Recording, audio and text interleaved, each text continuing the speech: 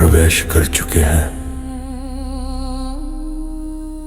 Hindi novel master की उस गुप्त दुनिया में, जहां कहानियां सिर्फ लिखी नहीं जाती, जाग उठती है। यहां हर छाया के पीछे एक रहस्य छिपा है, हर कदम पर एक अनसुनी फुसफुसाहट, और हर कहानी आपको उस अंधेरे दरवाजे तक ले जाती है जिसे खोलने की हिम्मत हर किसी में नहीं होती। डिस्क्लेमर: इस संसार के सभी पात्र, घटनाएं और स्थान कल्पना के धुएं से जन्मे हैं। इनका किसी वास्तविक व्यक्ति, संस्था या घटना से कोई संबंध नहीं है। यदि कोई समानता लगे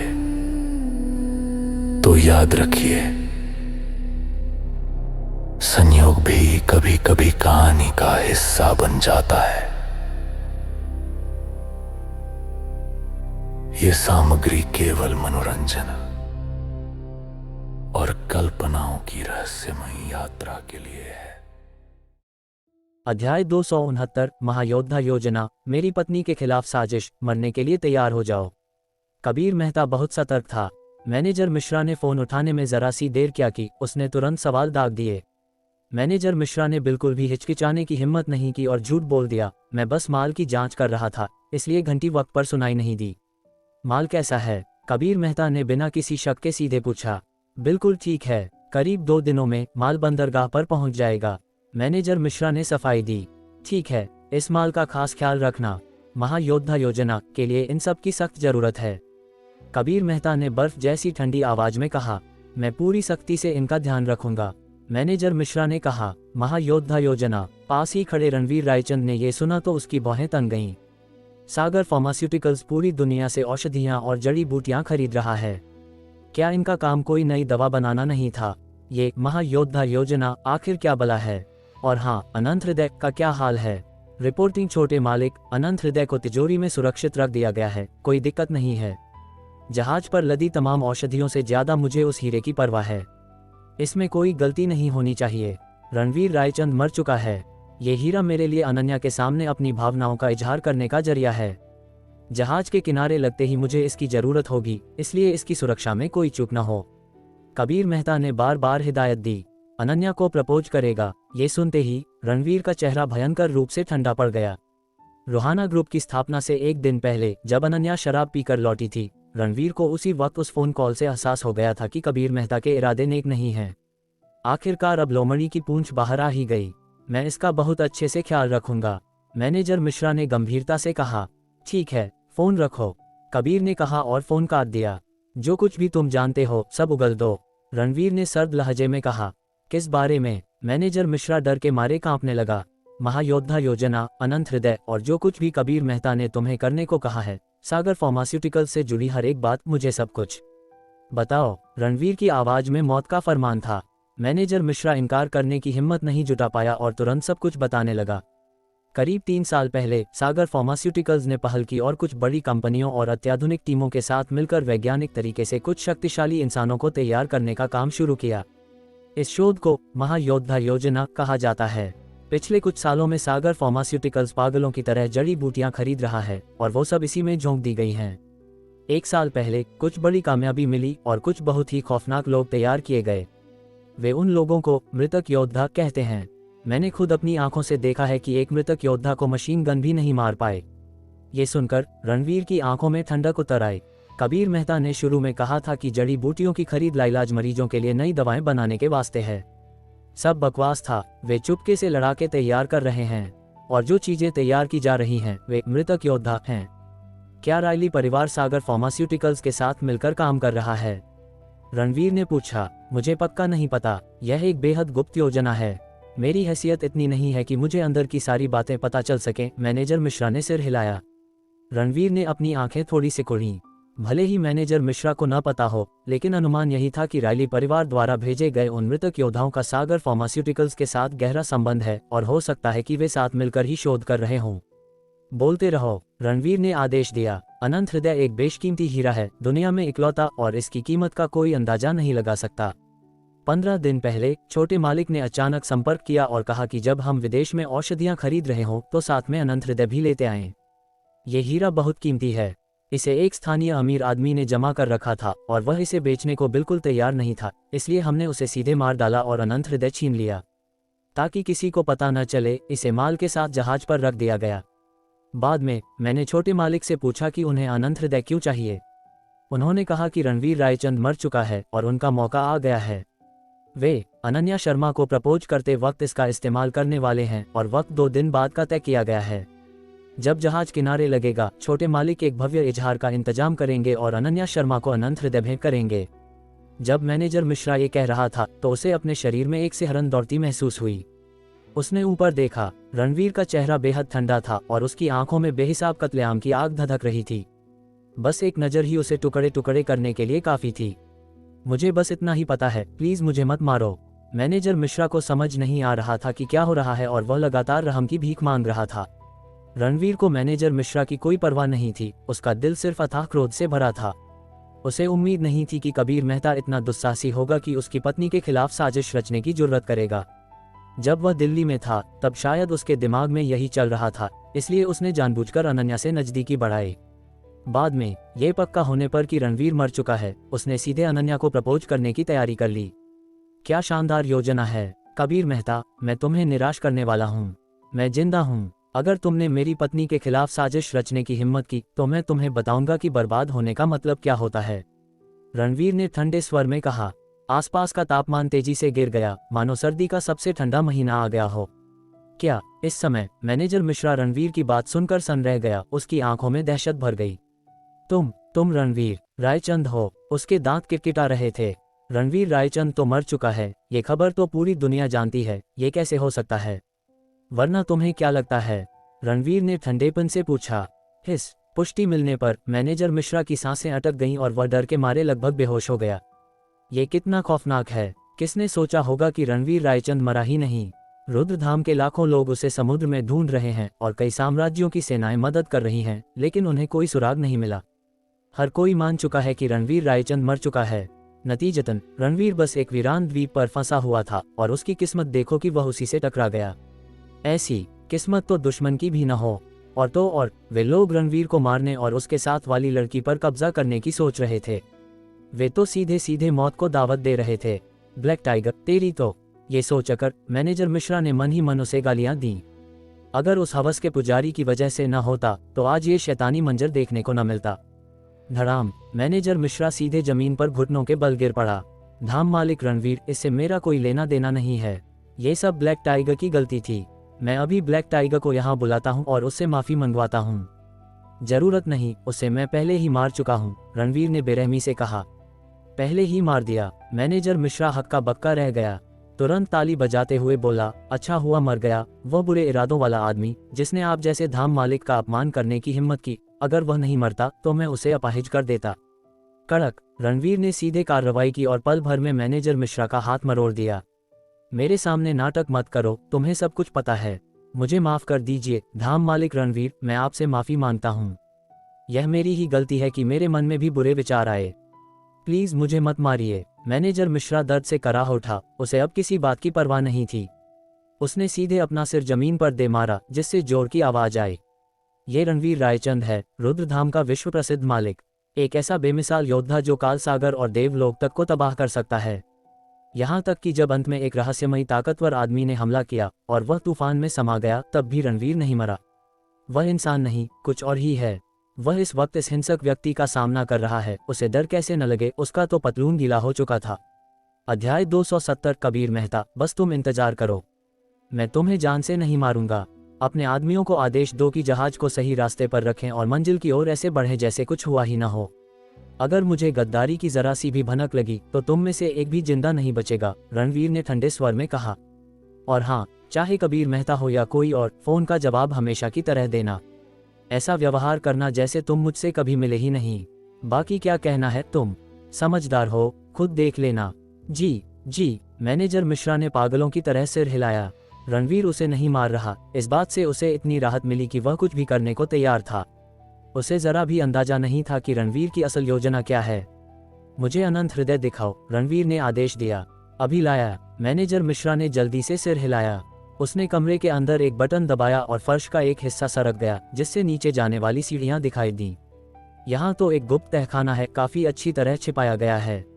रणवीर थोड़ा हैरान हुआ। वह मैनेजर मिश्रा के पीछे पीछे अंदर गया। लाइटें जल उठीं, जिससे पूरा कमरा साफ दिखाई देने लगा। मैनेजर मिश्रा एक दीवार के पास गया और फेशियल रिकग्निशन स्कैन चलाया। एक हल्की क्लिक की आवाज हुई, एक पैनल खुला और एक गुप्त खाना सामने आ गया। उसने उसमें से एक बेहद खूबसूरत बॉक्स निकाला। ढक्कन खुलते ही गहरे नीले रंग का एक दिल के आकार का नीलम दिखाई दिया, जो एक टूटे हुए तारे की तरह चमक रहा था, बिल्कुल किसी परी के आंसू जैसा पवित्र। हीरा अच्छा है, लेकिन ये सोचना कि इससे अनन्या का दिल पिघल जाएगा, कोरी कल्पना है। रणवीर उसे बहुत अच्छे से जानता था। जब प्यार की बात आती थी तो उसे दौलत से कोई मतलब नहीं था, उसे सिर्फ दिल की कद्र थी। अगर उसे दौलत चाहिए होती तो वह कब की शर्मा परिवार की बेटी बनकर किसी बड़े घर में ब्याही जा चुकी होती। कबीर मेहता का ये सोचना कि वह एक पत्थर के टुकड़े से उसे जीत सकता है, अनन्या के वजूद का अपमान था। कबीर मेहता, तुम इस पत्थर का इंतजार कर रहे हो ताकि तुम अनन्या को प्रपोज कर सको। लाओ, मैं तुम्हारी मदद कर देता हूँ, रणवीर ने बर्फीले स्वर में कहा। उसकी आंखों में कत्ल का इरादा चमक उठा। उसने मैनेजर मिश्रा की ओर देखा। इसे सुरक्षित रखो। जी। उस आदमी ने जल्दी से अनंत हृदय को वापस उसकी जगह पर रख दिया। वापस ऊपर आकर रणवीर छवि लूथरा को देखने गया। जैसे ही वह कमरे से बाहर निकला, वह वहीं थी। क्या तुम ठीक हो? उसने चिंता से पूछा। सब ठीक है, सब संभाल लिया है, उसने जवाब दिया। मैनेजर मिश्रा ने बाकी बचे हुए क्रू को इकट्ठा करना शुरू कर दिया था और रणवीर के निर्देशों को शब्दशः दोहरा रहा था। आदमी अंदाजा लगा सकते थे कि क्या हुआ था, ये जानकर कि ब्लैक टाइगर और कई अन्य मारे गए हैं। वे दहशत से भर गए। याद रखना मैंने क्या कहा, ऐसे काम करो जैसे कुछ हुआ ही नहीं। अपना काम करो, अगर किसी ने गड़बड़ की तो मैं खुद उसे गोली मार दूंगा, मैनेजर मिश्रा ने धमकी दी। सब कांप उठे। वे अपने बॉस को जानते थे, ऊपर से शहरी रईस, लेकिन अंदर से निर्दयी। रणवीर और छवि दो बेहतर केबिनों में शिफ्ट हो गए। वहां हमेशा खाली जगह थी, बस वो लोग नहीं चाहते थे कि उन्हें कोई अच्छी जगह मिले। सोच विचार के बाद रणवीर ने अनन्या को फोन न करने का फैसला किया। कबीर मेहता की चालों को देखते हुए कोई न कोई उस पर नजर रख रहा होगा। इतना शातिर आदमी, उसे बिना भनक लगे ही निपटाना होगा। न ही उसने रुद्रधाम से संपर्क किया।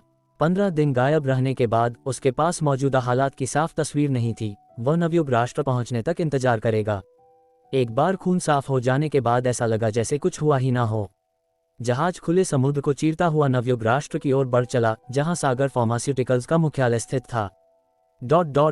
इस बीच पूर्व देश के दिल्ली शहर में ये पक्का होने के बाद कि जहाज 2 दिनों में किनारे लगेगा, कबीर मेहता ने तुरंत अनन्या को फोन किया। अनन्या, कुछ प्रगति हुई है, चलो मिलते हैं और बात करते हैं। ... जल्द ही शहर के एक महंगे कैफे में कबीर मेहता उसका इंतजार कर रहा था। कार के रुकते ही अनन्या बाहर निकली। काले रंग की स्कर्ट के साथ हल्के नीले रंग की फ्रेंच शर्ट, तेज, पेशेवर और एक एग्जीक्यूटिव का आत्मविश्वास। राहगीर उसे घूरे बिना नहीं रह सके, उसकी परछाई ही दिलों की धड़कन बढ़ाने के लिए काफी थी। उस पर ऐसा चेहरा जो सल्तनतें गिराने की ताकत रखता हो। आसपास सबके दिल जोर से धड़कने लगे। वह ऑफिस में थी। जैसे ही उसने प्रगति की खबर सुनी, वह भागी चली आई। उसकी हील्स की टक टक आवाज फुटपाथ पर गूंज रही थी। खिड़की से कबीर ने उसे शान से आते देखा। उसकी हील्स की हर तक उसके दिल पर चोट कर रही थी, उसके अंदर एक बेचैन गर्मी पैदा कर रही थी। अनन्या, यहाँ, उसने आवाज दी। वह अंदर आए, उसकी आवाज का पीछा किया और उसकी ओर बढ़ी। इंतजार कराने के लिए माफी चाहती हूँ, उसने सोफे पर बैठते हुए कहा। उसके परफ्यूम की हल्की खुशबू हवा में तैर गई। कबीर ने उस खुशबू को महसूस किया और मुस्कुराया। तुम्हारे लिए इंतजार कभी लंबा नहीं होता। इन शब्दों पर अनन्या के चेहरे के भाव बदले, लेकिन उसने उन्हें नजरअंदाज कर दिया और जल्दी से पूछा, मेरे पति के बारे में कोई खबर? कबीर को हल्की सी चिढ़ महसूस हुई। उसके ख्यालों में हमेशा रणवीर ही रहता था। एक मुर्दा आदमी, वह उससे क्यों चिपकी हुई है? फिर भी उसका चेहरा बिल्कुल विनम्र बना रहा। हम अभी तक उन्हें ढूंढ नहीं पाए हैं, लेकिन हमारे पास कुछ सुराग हैं। किस तरह के? उसने जोर दिया। अनुसंधान संस्थान चाहता है कि तुम खुद आओ। शायद कुछ ऐसी जानकारियां हैं जिनकी पुष्टि सिर्फ तुम ही कर सकती हो, उसने संजीदगी से कहा। ये कहाँ है? उसने बिना किसी हिचकिचाहट के पूछा। सुविधाजनक रूप से यह नवयुग राष्ट्र में है।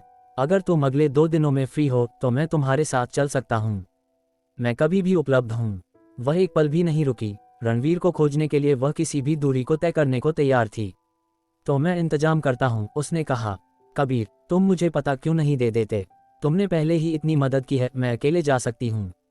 कोई बात नहीं, मत भूलो कि मेरा परिवार नवयुग राष्ट्र में है। जब हम वहाँ होंगे तो मैं अपने माता पिता से भी मिल लूंगा, उसने मुस्कुराते हुए जवाब दिया। लेकिन उसने फिर कोशिश की। बस करो, हम पुराने क्लासमेट हैं, मदद करना स्वाभाविक है। इसके अलावा हमारा भविष्य में साथ में बिजनेस है, मुझे थोड़ी सद्भावना दिखाने दो। उसे हिचकिचाते देख उसने जोड़ा, वह संस्थान बेहद गुप्त है, मेरे बिना शायद वे तुम्हें अंदर न जाने दें। ठीक है, आखिरकार वह मान गई। रणवीर से जुड़ी कोई भी बात उसके लिए सबसे ऊपर थी। कुछ और बातें करने के बाद वह जल्दी घर चली गई। उसे तैयारी करनी थी। जैसे ही वह पहुंची, करण, लोहित और साया प्रकट हुए। वे गुप्त रूप से उसकी रक्षा कर रहे थे और जानते थे कि वह कबीर से मिली थी। भाभी, हमारे धाम मालिक की कोई खबर? करण ने उत्सुकता से पूछा। अध्याय 271 षड्यंत्र। हमें अभी तक वो मिले नहीं हैं, लेकिन कुछ सुराग हाथ लगे हैं। मैं अगले 2 दिनों में नवयुग राष्ट्र के लिए निकल रही हूँ अनुसंधान संस्थान से मिलने। इस बार शायद हमें रणवीर का सीधा पता मिल जाए, अनन्या ने कहा। आखिरकार उम्मीद की एक किरण दिखी। वे तीनों उत्साह से खिल उठे, लेकिन चिंता ने जल्द ही जगह ले ली। भाभी, अकेले नवयुग राष्ट्र जाना बहुत खतरनाक है, हमें अपने साथ चलने दीजिए, सब ठीक रहेगा। मैं रूही को घर पर अकेला छोड़कर जाने में सहज नहीं हूँ, तुम लोग यहीं रुको और उसकी रक्षा करो, अनन्या ने जवाब दिया।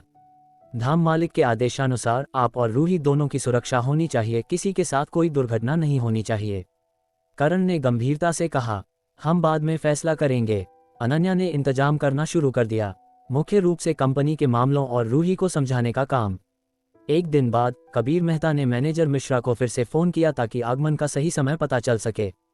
सब कुछ जांचने के बाद उसने अनन्या को सूचित किया। अनन्या, मैंने सब सेट कर दिया है, अगर कोई दिक्कत नहीं है तो हम आज दोपहर निकल सकते हैं। ठीक है, अनन्या ने फोन पर सहमति दी और पैकिंग शुरू कर दी। करण और बाकी लोगों ने निजी तौर पर अग्नि के साथ सलाह मशविरा किया। रणवीर के जाने के बाद छाया संप्रदाय और रुद्रधाम एक दूसरे को हर फैसले की खबर देते थे। आखिरकार उन्होंने तय किया कि करण, लोहित और अग्नि अनन्या के साथ नवयुग राष्ट्र जाएंगे। इस बीच दोनों ताकतें गुप्त रूप से और भी लोग भेजेंगी। साया और हंसा पूर्व देश में ही रहेंगे। वहां विक्रम भी था। उसने 15 दिनों तक स्वास्थ्य लाभ लिया था और अब लगभग पूरी तरह ठीक हो चुका था। कुछ और दिन और वह पूरी तरह स्वस्थ हो जाएगा। अगर करण और बाकी लोगों ने उसे नहीं समझाया होता तो विक्रम अनन्या की सुरक्षा के लिए चला गया होता। जब उसे बताया गया कि रूही की रक्षा के लिए रुकना भी उतना ही महत्वपूर्ण है, तभी उसने विचार छोड़ा। रूही और अनन्या दोनों के पास 2 नागराजा और एक छाया रक्षक होना सबसे उचित बंटवारा था। 1 घंटे बाद दिल्ली अंतर्राष्ट्रीय हवाई अड्डे पर अनन्या की पार्टी कबीर मेहता से मिली। हालांकि अग्नि साथ आई थी, लेकिन छाया संप्रदाय की सदस्य होने के नाते वह नजरों से दूर रही, परछाइयों में अपने साथियों का नेतृत्व करती रही। कबीर के साथ सिर्फ मीरा दी थी, फिर से एक पारंपरिक पोशाक में एक बदला हुआ संस्करण जो उन पर बेहद सुंदर लग रहा था। संक्षिप्त अभिवादन के बाद वे नवयुग राष्ट्र के लिए सीधी उड़ान पर सवार हुए। अनन्या, करण और लोहित सभी उम्मीद से भरे थे कि नवयुग राष्ट्र का अनुसंधान संस्थान रणवीर के ठिकाने का पता तुरंत बता देगा। फिर भी उन्हें जरा भी अंदाजा नहीं था कि रणवीर पूरी तरह सुरक्षित एक मालवाहक जहाज पर नवयुग राष्ट्र की ओर बढ़ रहा था। न ही उन्हें यह पता था कि कबीर के चढ़ते ही उसने चुपके से एक संदेश भेजा। आदरणीय पैट्रियार्क ऑस्कर, मैं अनन्या और 2 नागराजाओं को नवयुग राष्ट्र ला रहा हूँ। छाया संप्रदाय ने किसी को भेजा है या नहीं मुझे यकीन नहीं है, वे रणवीर के अधीन सबसे रहस्यमयी ताकत हैं। मेरे तमाम संसाधनों के बावजूद मैं शायद ही कुछ जान पाया हूँ। कोई बात नहीं, अनन्या और 2 नागराजाओं के दूर होने से पूर्व देश अब आपका है। तुरंत समुद्र के पार राइली परिवार के मुख्यालय में बूढ़े पैट्रियार्क ऑस्कर को टेक्स्ट मिला। आदेश देते समय उसकी आंखें चमक उठीं। मृतक योद्धाओं और भाड़े के सैनिकों को कूच करने के लिए तैयार रखो। जी, अधीनस्थ ने पालन किया और जल्दी से चला गया। रणवीर रायचंद, तुमने मुझे आर्यावर्त में भारी नुकसान पहुंचाया। इस बार मैं तुम्हारे रुद्रधाम को नेस्तनाबूद कर दूंगा और तुम्हारे उद्योगों को ऐसा झटका दूंगा जिसकी भरपाई नामुमकिन होगी। बूढ़े पैट्रियार्क ऑस्कर ने एक भयानक आवाज में कहा। आधा दिन बाद पूर्व देश एयरलाइंस का एक विमान नवयुग सिटी में आसानी से उतरा। नवयुग राष्ट्र की राजधानी दक्षिणी द्वीपों के बीच एक चमकता हुआ गहना, आर्थिक रूप से समृद्ध धरती के सबसे विकसित शहरों में से एक तटीय शहर होने के नाते नवयुग बहुत रोमांटिक भी है। पर्यटक हर साल यहाँ उमड़ते हैं। जब अनन्या का समूह पहुंचा तो रात हो चुकी थी। उतरते समय उन्होंने गगनचुंबी इमारतों को रोशनी से जगमगाते देखा। लेकिन अनन्या के पास नज़ारों के लिए वक्त नहीं था। उसका एकमात्र मकसद जितनी जल्दी हो सके रणवीर को ढूंढना था। जैसे ही वे हवाई अड्डे से बाहर निकले, कई रोल्स रॉयस कतार में खड़ी थीं। मैं तुम्हें पहले होटल ले चलता हूँ, कबीर ने कहा। सीधे अनुसंधान संस्थान नहीं? अनन्या ने बेचैनी से पूछा। कबीर मुस्कुराया। अनन्या, मैं जानता हूँ कि तुम बेचैन हो, लेकिन शाम के 8 बज चुके हैं। अगर वे बंद भी नहीं हुए होंगे तो भी उन्हें परेशान करने में मुझे शर्मिंदगी होगी। मैं तुम्हें कल ले चलूंगा। माफ करना, मैं बहुत उतावली हो गई थी और सोचा नहीं। अनन्या ने एक शर्मिंदा हंसी दी। वह केवल कल तक इंतजार कर सकती थी। कोई बात नहीं, सब कुछ व्यवस्थित है, मुझे तुम्हारा ठीक से स्वागत करने दो। कबीर ने शिष्टता से इशारा किया, इस तरफ। फिर पार्टी रोल्स रॉयस में होटल के लिए रवाना हुई। साय में रुद्रधाम और छाया संप्रदाय के सदस्यों ने पूरे समय उनकी रक्षा की। रात के खाने और अनन्या व बाकी लोगों को व्यवस्थित करने के बाद कबीर होटल से निकल गया। जैसे ही वह बाहर निकला, एक बूढ़ा आदमी उसके सामने आया और सम्मानपूर्वक बुलाया, छोटे मालिक। यहाँ नहीं, गाड़ी में बात करते हैं। कबीर ठंडेपन से गाड़ी में दाखिल हुआ। बूढ़ा आदमी और उसके पीछे एक और बुजुर्ग अंदर चले गए। ड्राइवर ने कार स्टार्ट की और वह रात के अंधेरे में गायब हो गई। होटल से काफी दूर जाने के बाद ही चांदी जैसे बालों वाले बुजुर्ग ने सम्मानपूर्वक रिपोर्ट दी, छोटे मालिक, खून अत्यधिक प्रभावी है और शोध ने एक बड़ी सफलता हासिल की है। एक बार औषधीय जड़ी बूटियों की अगली खेप आ जाए, हम सफलता की घोषणा कर सकते हैं। बहुत बढ़िया। कबीर की आंखों में उत्साह चमक उठा। ताकत का कोई अनुमान? कम से कम शक्ति देव स्तर, लेकिन सामान्य शक्ति देव विशेषज्ञों से अलग। इसके पास रणवीर जैसी ताकत और प्रतिभा होगी और एक मृतक योद्धा का अविनाशी शरीर। एक ही रैंक के सामान्य शक्ति देव मास्टर के खिलाफ भी ये लगभग अजय होगा। बुजुर्ग ने कहा, कितने अफसोस की बात है। अगर हम रणवीर का अपना खून हासिल कर पाते तो मॉलिक्यूलर मेमोरी रिस्टोरेशन उसे पूरी तरह से क्लोन कर सकता था। उसकी शक्ति और मृतक योद्धा के कार्यों को देखते हुए युद्ध की ताकत निश्चित रूप से शक्ति देव स्तर को पार कर जाती, कबीर ने अफसोस के साथ कहा। फिर उसने बुजुर्ग से पूछा, उस दूसरे मामले का क्या हुआ जो मैंने तुम्हें संभालने के लिए कहा था? रिपोर्टिंग, छोटे मालिक, हमने आकाश उद्यान बुक कर लिया है और सब कुछ सेट है। इसका इस्तेमाल किसी भी समय किया जा सकता है। ताऊजी तुषार ने कहा, अच्छा, मैंने मैनेजर मिश्रा से संपर्क किया है, कल ठीक 8 बजे हम बंदरगाह पहुंचेंगे। एक बार अनंत हृदय आ जाए, मैं अनन्या को प्रपोज करूंगा। कबीर ने घोषणा की, फिर अपना सिर टेढ़ा किया। मीरा दी, क्या आपको यकीन है कि जो शराब मैंने आपको अनन्या को देने के लिए कहा था वह स्वीकार कर ली गई? हाँ, मीरा दी ने सिर हिलाया। तो यह तय है, वह इसे जरूर पिएगी। अगर वह एक घूंट भी ले ले तो रेड वाइन में मौजूद खास गोली अपना असर दिखाएगी। अनंत हृदय का उपयोग करके मेरे इजहार के साथ मिलकर वह निश्चित रूप से मुझे स्वीकार कर लेगी। कबीर उत्साह से भर गया, पहले से ही उस दृश्य की कल्पना कर रहा था। अनन्या, क्या तुम जानती हो कि मैं तुमसे कितना प्यार करता हूँ? अफसोस है कि तुम पहले रणवीर के साथ थी। तुम्हें पाने के लिए मैं केवल इसी तरीके का उपयोग कर सकता हूँ। कल उस सरप्राइज का इंतजार करो जो मैं तुम्हें देने वाला हूँ। अध्याय 272 नवयुग राष्ट्र में आगमन। छोटे मालिक कबीर, अगर अनन्या ने मना कर दिया तो? कार के अंदर आमतौर पर चुप रहने वाली मीरा दी अचानक बोल पड़ी। मना करेगी? मैं इतना काबिल हूँ, उसके पास मना करने की क्या वजह है? मुझे पक्का यकीन है कि वो मुझे हमेशा से पसंद करती थी। अब जब रणवीर मर चुका है तो उसकी जिंदगी में दूसरा मर्द यकीनन मैं ही होऊंगा। ज्यादा से ज्यादा वो थोड़ी हिचकिचाएगी, सिर्फ इसलिए क्योंकि अभी तक वो अपने पति की मौत के गम से उबर नहीं पाई है। कबीर ने पूरे भरोसे के साथ कहा। उसने एक बार भी यह नहीं सोचा कि अनन्या उसे ठुकरा भी सकती है। जब वो अनंत हृदय निकालेगा तो वो अभी से तसव्वुर कर सकता था कि अनन्या की आंखों में आंसू आ जाएंगे। एक पल की हिचकिचाहट इतनी हल्की कि शायद पता भी न चले मीरा दी के शांत चेहरे से गुजरी। आखिर में उन्होंने कहा, लेकिन जितना मैं अनन्या को जानती हूँ वो बेहद वफादार लगती है। अगर उसने सच में मना कर दिया तो आराम से रहो, मेरे पास अभी भी एक तुरुप का इक्का है। कबीर ने एक ठंडी हंसी के साथ कहा। एक बार जब पूर्व देश में तैनात रुद्रधाम की सेना खतरे में पड़ जाएगी और रोहाना ग्रुप को आर्थिक झटका लगेगा तो अनन्या उसे कैसे स्वीकार नहीं करेगी। हालांकि उसने ये सब जुबान पर नहीं लाया। रायली के साथ सहयोग एक राज था। भले ही रणवीर मर चुका था, लेकिन रुद्रधाम अभी भी एक कांटे की तरह था। उसे अपने लिए एक रास्ता छोड़ना था, इसीलिए उसने रायली को हरकत में आने के लिए उकसाया था। छोटे मालिक कबीर का तुरुप का इक्का क्या है? मीरा दी ने टटोला। मीरा दी, आप आज थोड़ा अजीब बर्ताव कर रही हैं, कबीर ने अचानक कहा, उन्हें एक मुस्कान के साथ देखते हुए। चूंकि चाचा जी ने मुझे आपके साथ रहने को कहा है, मैं नहीं चाहती कि आप किसी खतरे में पड़ें, मीरा दी ने शांति से जवाब दिया। उन शब्दों ने कबीर के होठों पर मुस्कान ला दी। क्या मीरा दी भी उसमें दिलचस्पी रखती हैं? अगर उसे मीरा दी और अनन्या दोनों मिल जाएं, तो यह कोई बुरा सौदा नहीं होगा। आपकी चिंता के लिए शुक्रिया मीरा दी, मुझे हमेशा अपने काम पर भरोसा रहा है। मीरा दी ने एक धीमी हम की और आगे कुछ नहीं कहा। उस रात कबीर इतना उत्साहित था कि उसे मुश्किल से नींद आई, ये सोचकर कि कल अनन्या उसकी होगी। वह बेसब्री से जल रहा था। बाहरी लोगों के लिए वह एक होनहार शीर्ष छात्र था, एक अमीर परिवार का सुंदर सज्जन वारिस युवा और होनहार।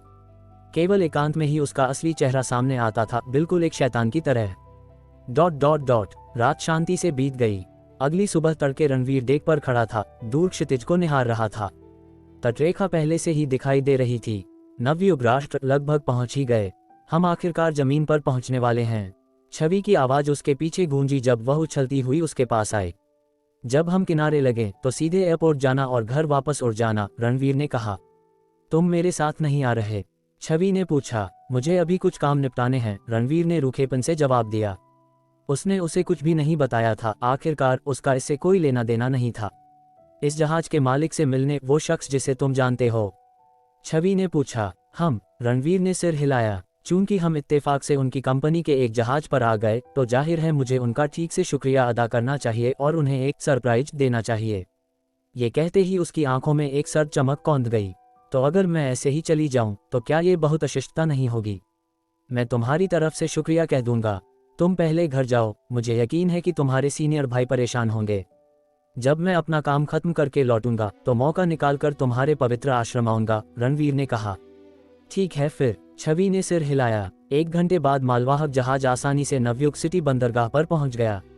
धाम मालिक रणवीर, हम डॉक पर पहुंच चुके हैं, क्या आप हमें जाने दे सकते हैं? मैनेजर मिश्रा ने सावधानी से पूछा। उसने मुश्किल से अपनी बात खत्म की थी कि उसका फोन अचानक बज उठा। कबीर उसे फिर से जल्दी करने को कह रहा था। जवाब दो, रणवीर ने कहा। मैनेजर मिश्रा ने तुरंत कॉल उठाई। तुम अब कहाँ हो? रिपोर्टिंग छोटे मालिक, हम डॉक पर पहुंच चुके हैं।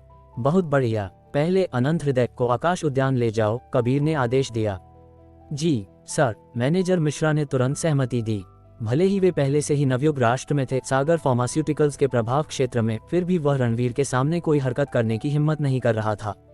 उसने आज्ञाकारी बनकर फोन रख दिया, एक और शब्द बोलने की जुर्रत नहीं की। इतना उतावला? कबीर के शब्द सुनने के बाद रणवीर उससे मिलने के लिए शायद ही इंतजार कर पा रहा था।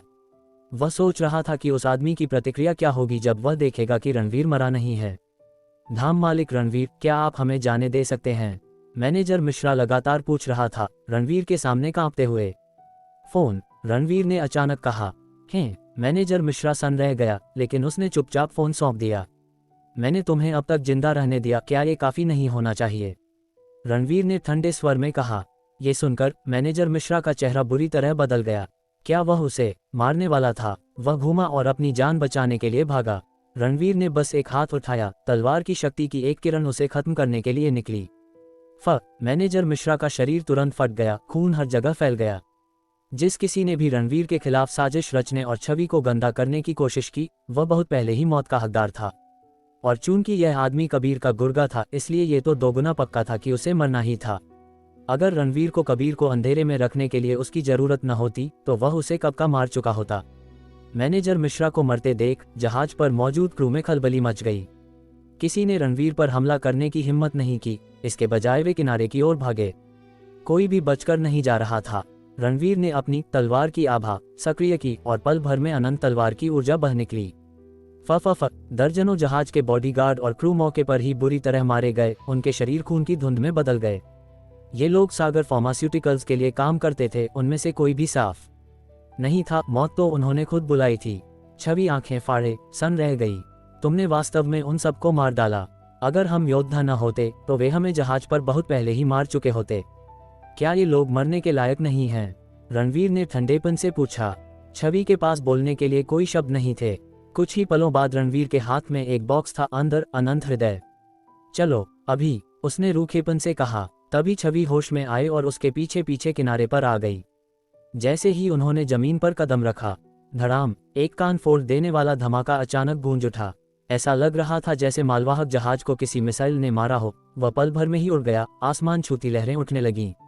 औषधीय जड़ी बूटियों के सैकड़ों बक्से सीधे राख में बदल गए।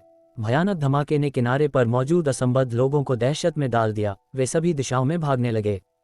किसी को नहीं पता था कि मालवाहक जहाज कैसे फटा, और ये तो बिल्कुल नहीं कि हमलावर पहले से ही किनारे पर था। अगर उन्हें पता चलता कि रणवीर ने केवल अपनी तलवार की शक्ति से पूरे जहाज को नष्ट कर दिया है, तो वे इतने हैरान होते कि बोल भी नहीं पाते।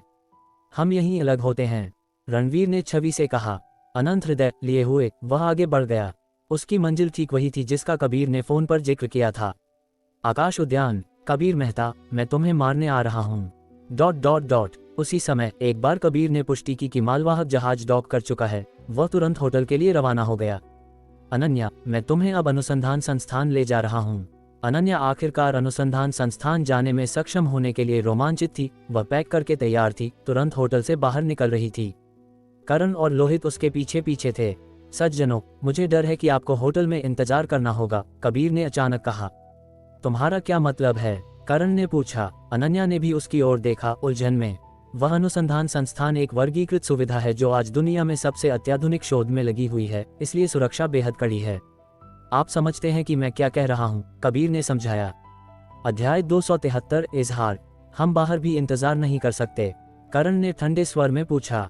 कर सकते हैं, लेकिन रिसर्च लैब के कुछ मील के दायरे में प्रतिबंधित क्षेत्र है, इसलिए तुम्हारे जाने का कोई मतलब नहीं। इसके अलावा इस रिसर्च बेस पर दुनिया भर के गुप्त एजेंटों की नजर रहती है।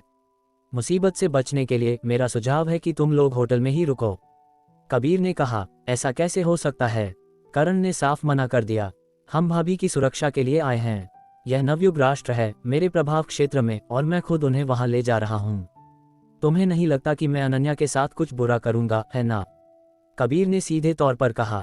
गतिरोध देखकर अनन्या ने पहल की और कहा, करण, तुम मेरा होटल में इंतजार करो।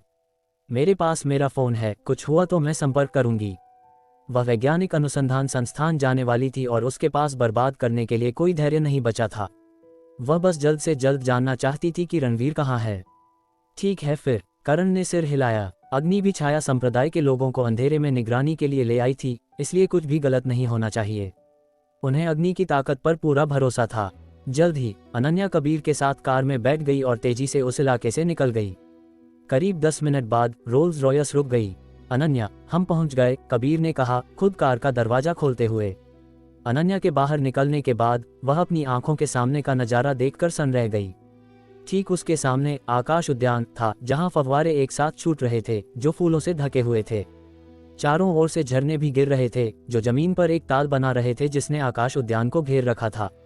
ऊंची ऊंची इमारतें इसे चारों तरफ से घेरे हुए थीं, जिससे पूरा आकाश उद्यान उनके बीच बसे एक चमकदार एकांत स्वर्ग जैसा लग रहा था। यह आकाश उद्यान है, नवयुग राष्ट्र की पहचान। अनन्या ने तुरंत इसे पहचान लिया, लेकिन जैसा उसने ऑनलाइन देखा था उसके उलट आज ऐसा लग रहा था जैसे कोई कार्यक्रम हो रहा हो। हर जगह फूल और रंग बिरंगे रिबन थे, फूलों के समुद्र जैसा, जो इसे विशेष रूप से स्वप्निल बना रहा था। अजीब बात यह थी कि उनके अलावा एक भी पर्यटक दिखाई नहीं दे रहा था। ये वास्तव में आकाश उद्यान है, हमारे नवयुग राष्ट्र के सबसे प्रसिद्ध दर्शनीय स्थलों में से एक, कबीर ने मुस्कुराते हुए कहा। क्या हम वैज्ञानिक अनुसंधान संस्थान नहीं जा रहे? हम यहाँ क्यों हैं? अनन्या को उलझन महसूस हुई। मैंने समय गलत देख लिया। हमारे पास निर्धारित बैठक तक अभी भी आधा घंटा है। चूंकि हम यहाँ से गुजर रहे थे तो मैंने सोचा तुम्हें घुमा दूं। अनन्या हिचकिचा रही थी, वह सच में दर्शनीय स्थलों की यात्रा करने के मूड में नहीं थी। कबीर ने उसके विचारों को भांप लिया और तुरंत कहा, मेरे पास भी कुछ है जो मुझे तुम्हें बताना है। क्या यह मेरे पति से संबंधित है? अनन्या की आंखें चमक उठीं।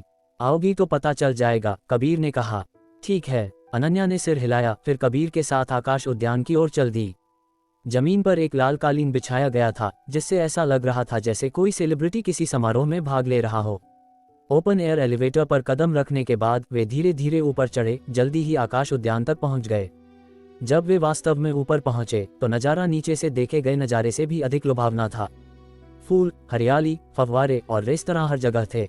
ये जमीनी स्तर के पार्क से भी ज्यादा शानदार था, लेकिन ये हवा में सैकड़ों मीटर ऊपर था। यह एक पार्क को आसमान में ले जाने जैसा था, वास्तव में एक विश्व स्तरीय स्थापत्य चमत्कार। यहाँ खड़े होकर कोई भी लगभग पूरे नवयुग सिटी को देख सकता था, जिससे सभी पहाड़ों को देखने का एहसास होता था। हालांकि हैरान होने के अलावा अनन्या नज़ारों की तारीफ करने के मूड में नहीं थी। कबीर, तुम क्या बात करना चाहते थे? उसने तुरंत पूछा। अनन्या, क्या तुम्हें यहाँ की सजावट पसंद आई? कबीर ने सीधे जवाब नहीं दिया, बल्कि अचानक पूछा। ठीक है, अनन्या ने सिर हिलाया, फिर सक्रिय रूप से सुझाव दिया। कबीर, कृपया मुझे मेरे पूरे नाम से बुलाओ। मुझे सिर्फ अनन्या कहना थोड़ा अनुचित लगता है। अनुचित? ये सुनकर कबीर के चेहरे पर नाराजगी आ गई। मैंने ये सब तुम्हारे लिए तैयार किया है। पूरे आकाश उद्यान सहित आज ये सब तुम्हारा है। तुम यहाँ की स्टार हो। कबीर आखिरकार खुद को रोक नहीं पाया। उसने अनन्या को तीव्रता से घूरा और उत्साह से बोला, हैं? अनन्या स्पष्ट रूप से सन्न थी, उसे सदमे में देख रही थी। कबीर, क्या तुम पागल हो गए हो? यह उस विनम्र और शिष्ट कबीर मेहता से बिल्कुल अलग था जिसे वह याद करती थी। मैं बिल्कुल पागल नहीं हुआ हूँ। मैं अभी पूरी तरह से शांत हूँ और यही मैं अंदर महसूस करता हूँ। कबीर चिल्लाया, माफ करना, मैं सिर्फ रणवीर से प्यार करती हूँ। मेरी शादी उनसे हुई है और मैं इस जीवन में अपनी भावनाओं को कभी नहीं बदलूंगी। इसके अलावा वह केवल लापता हैं, वास्तव में मरे नहीं हैं। कृपया, किस्मत हमें साथ ला रही है जैसे मुहावरों का उपयोग इसे सही ठहराने के लिए न करें। इससे मुझे लगता है कि आप मेरे पति और मेरा दोनों का अपमान कर रहे हैं। हालांकि अनन्या बेहद हैरान थी, उसने तुरंत अपना रुख स्पष्ट कर दिया। तुमने मुझे ठुकरा दिया। कबीर का चेहरा ठंडा पड़ गया। यह एक ऐसा परिणाम था जिसकी उसने बिल्कुल भी उम्मीद नहीं की थी। इसीलिए कल जब मीरा दी ने उससे पूछा था कि अगर अनन्या ने मना कर दिया तो वह क्या करेगा, उसने इसे गंभीरता से नहीं लिया था। उसे ठुकराएगी, ये देखते हुए कि वह सागर फार्मास्यूटिकल्स का वारिस था, मेहता परिवार का छोटा मालिक, एक शीर्ष विश्वविद्यालय का स्नातक और असाधारण रूप से सुंदर, नवयुग राष्ट्र की सबसे उत्कृष्ट युवा प्रतिभा, अनगिनत सुंदर महिलाएं उस पर मरती थीं, फिर भी वह उनकी तरफ देखने की भी परवाह नहीं करता था। अनन्या के पास उसे अस्वीकार करने का क्या कारण था? अगर रणवीर नहीं होता तो अनन्या बस एक साधारण इंसान होती। इन सभी आभामंडलों के साथ अनन्या के सामने उपस्थित होकर उसे अविश्वसनीय रूप से प्रभावित होना चाहिए था। अभी भी रोहाना ग्रुप पूर्व देश में केवल शीर्ष उद्यम था। सागर फार्मास्यूटिकल्स द्वारा बनाए गए विशाल साम्राज्य की तुलना में यह अभी भी कम था। इसके अलावा रणवीर मर चुका था। अनन्या के पास उसे स्वीकार न करने का क्या कारण बचा था? हालांकि कबीर को कोई अंदाजा नहीं था कि अगर अनन्या अभी भी पूर्व देश में होती, रूही को अकेले पालने वाली एक संघर्षशील माँ, तब भी वह उसे स्वीकार नहीं करती। ये सरल था, वह उसे पसंद नहीं करती थी। यही कारण था कि अनन्या ने अपने दांतों को भींचकर संघर्ष किया, यहाँ तक कि अपने परिवार से बाहर निकाल दिए जाने और पूरे शहर के उपहास को सहने के बाद भी। क्योंकि उसके दिल में सिर्फ एक ही व्यक्ति था, रणवीर रायचंद। अनन्या, तुम्हारा पति मर चुका है, कबीर ने ठंडेपन से कहा। क्या वैज्ञानिक अनुसंधान संस्थान वर्तमान में उसे नहीं खोज रहा है? अनन्या ने पूछा। मुझे बस डर था कि तुम दुखी हो जाओगी, इसलिए मैंने जानबूझकर तुम्हें तसल्ली दी। क्या तुम अभी तक नहीं समझी? वह अकेले गंभीर रूप से घायल था और फिर तूफान ने उसे निगल लिया। उसके जीवित रहने की संभावना कैसे हो सकती है? कबीर ने सीधे कहा। क्या? अनन्या का दिमाग तुरंत सुन्न हो गया। कबीर केवल उसे तसल्ली दे रहा था। रणवीर की खोज कभी असली थी ही नहीं। अध्याय 274, मैं कौन हूँ? ऊपर देखो। नहीं, रणवीर मुझे और रूही को कभी नहीं छोड़ेगा। चाहे तुमने अनुसंधान संस्थान को उसे ढूंढने के लिए कहा हो या नहीं, मुझे विश्वास है कि वह जिंदा है, अनन्या ने दृढ़ता से कहा। अनन्या, तुम जिद कर रही हो। वह बस एक मुर्दा है, इतनी परवाह करने की जरूरत नहीं है। क्या ये बेहतर नहीं होगा कि अब से मैं तुम्हारे साथ रहूं? कबीर ने दीवानगी से कहा। कबीर, मैंने तुम्हें साफ बता दिया है, मेरे दिल में सिर्फ रणवीर है। अगर वह सच में नहीं रहा, तब भी मैं किसी और के बारे में नहीं सोचूंगी। ये ख्याल छोड़ दो, अनन्या ने दो टूक कहा। उसे पहले ही थोड़ा गुस्सा आ रहा था। रणवीर उसके लिए इतना मायने रखता था और वह हादसे के बाद से ही चिंता में थी। उसने सोचा था कि कबीर वास्तव में उसकी मदद कर रहा है, लेकिन ये सब झूठ था। तुम्हें मेरे लिए कभी कुछ महसूस नहीं हुआ? कबीर ने हार मानने से इनकार कर दिया।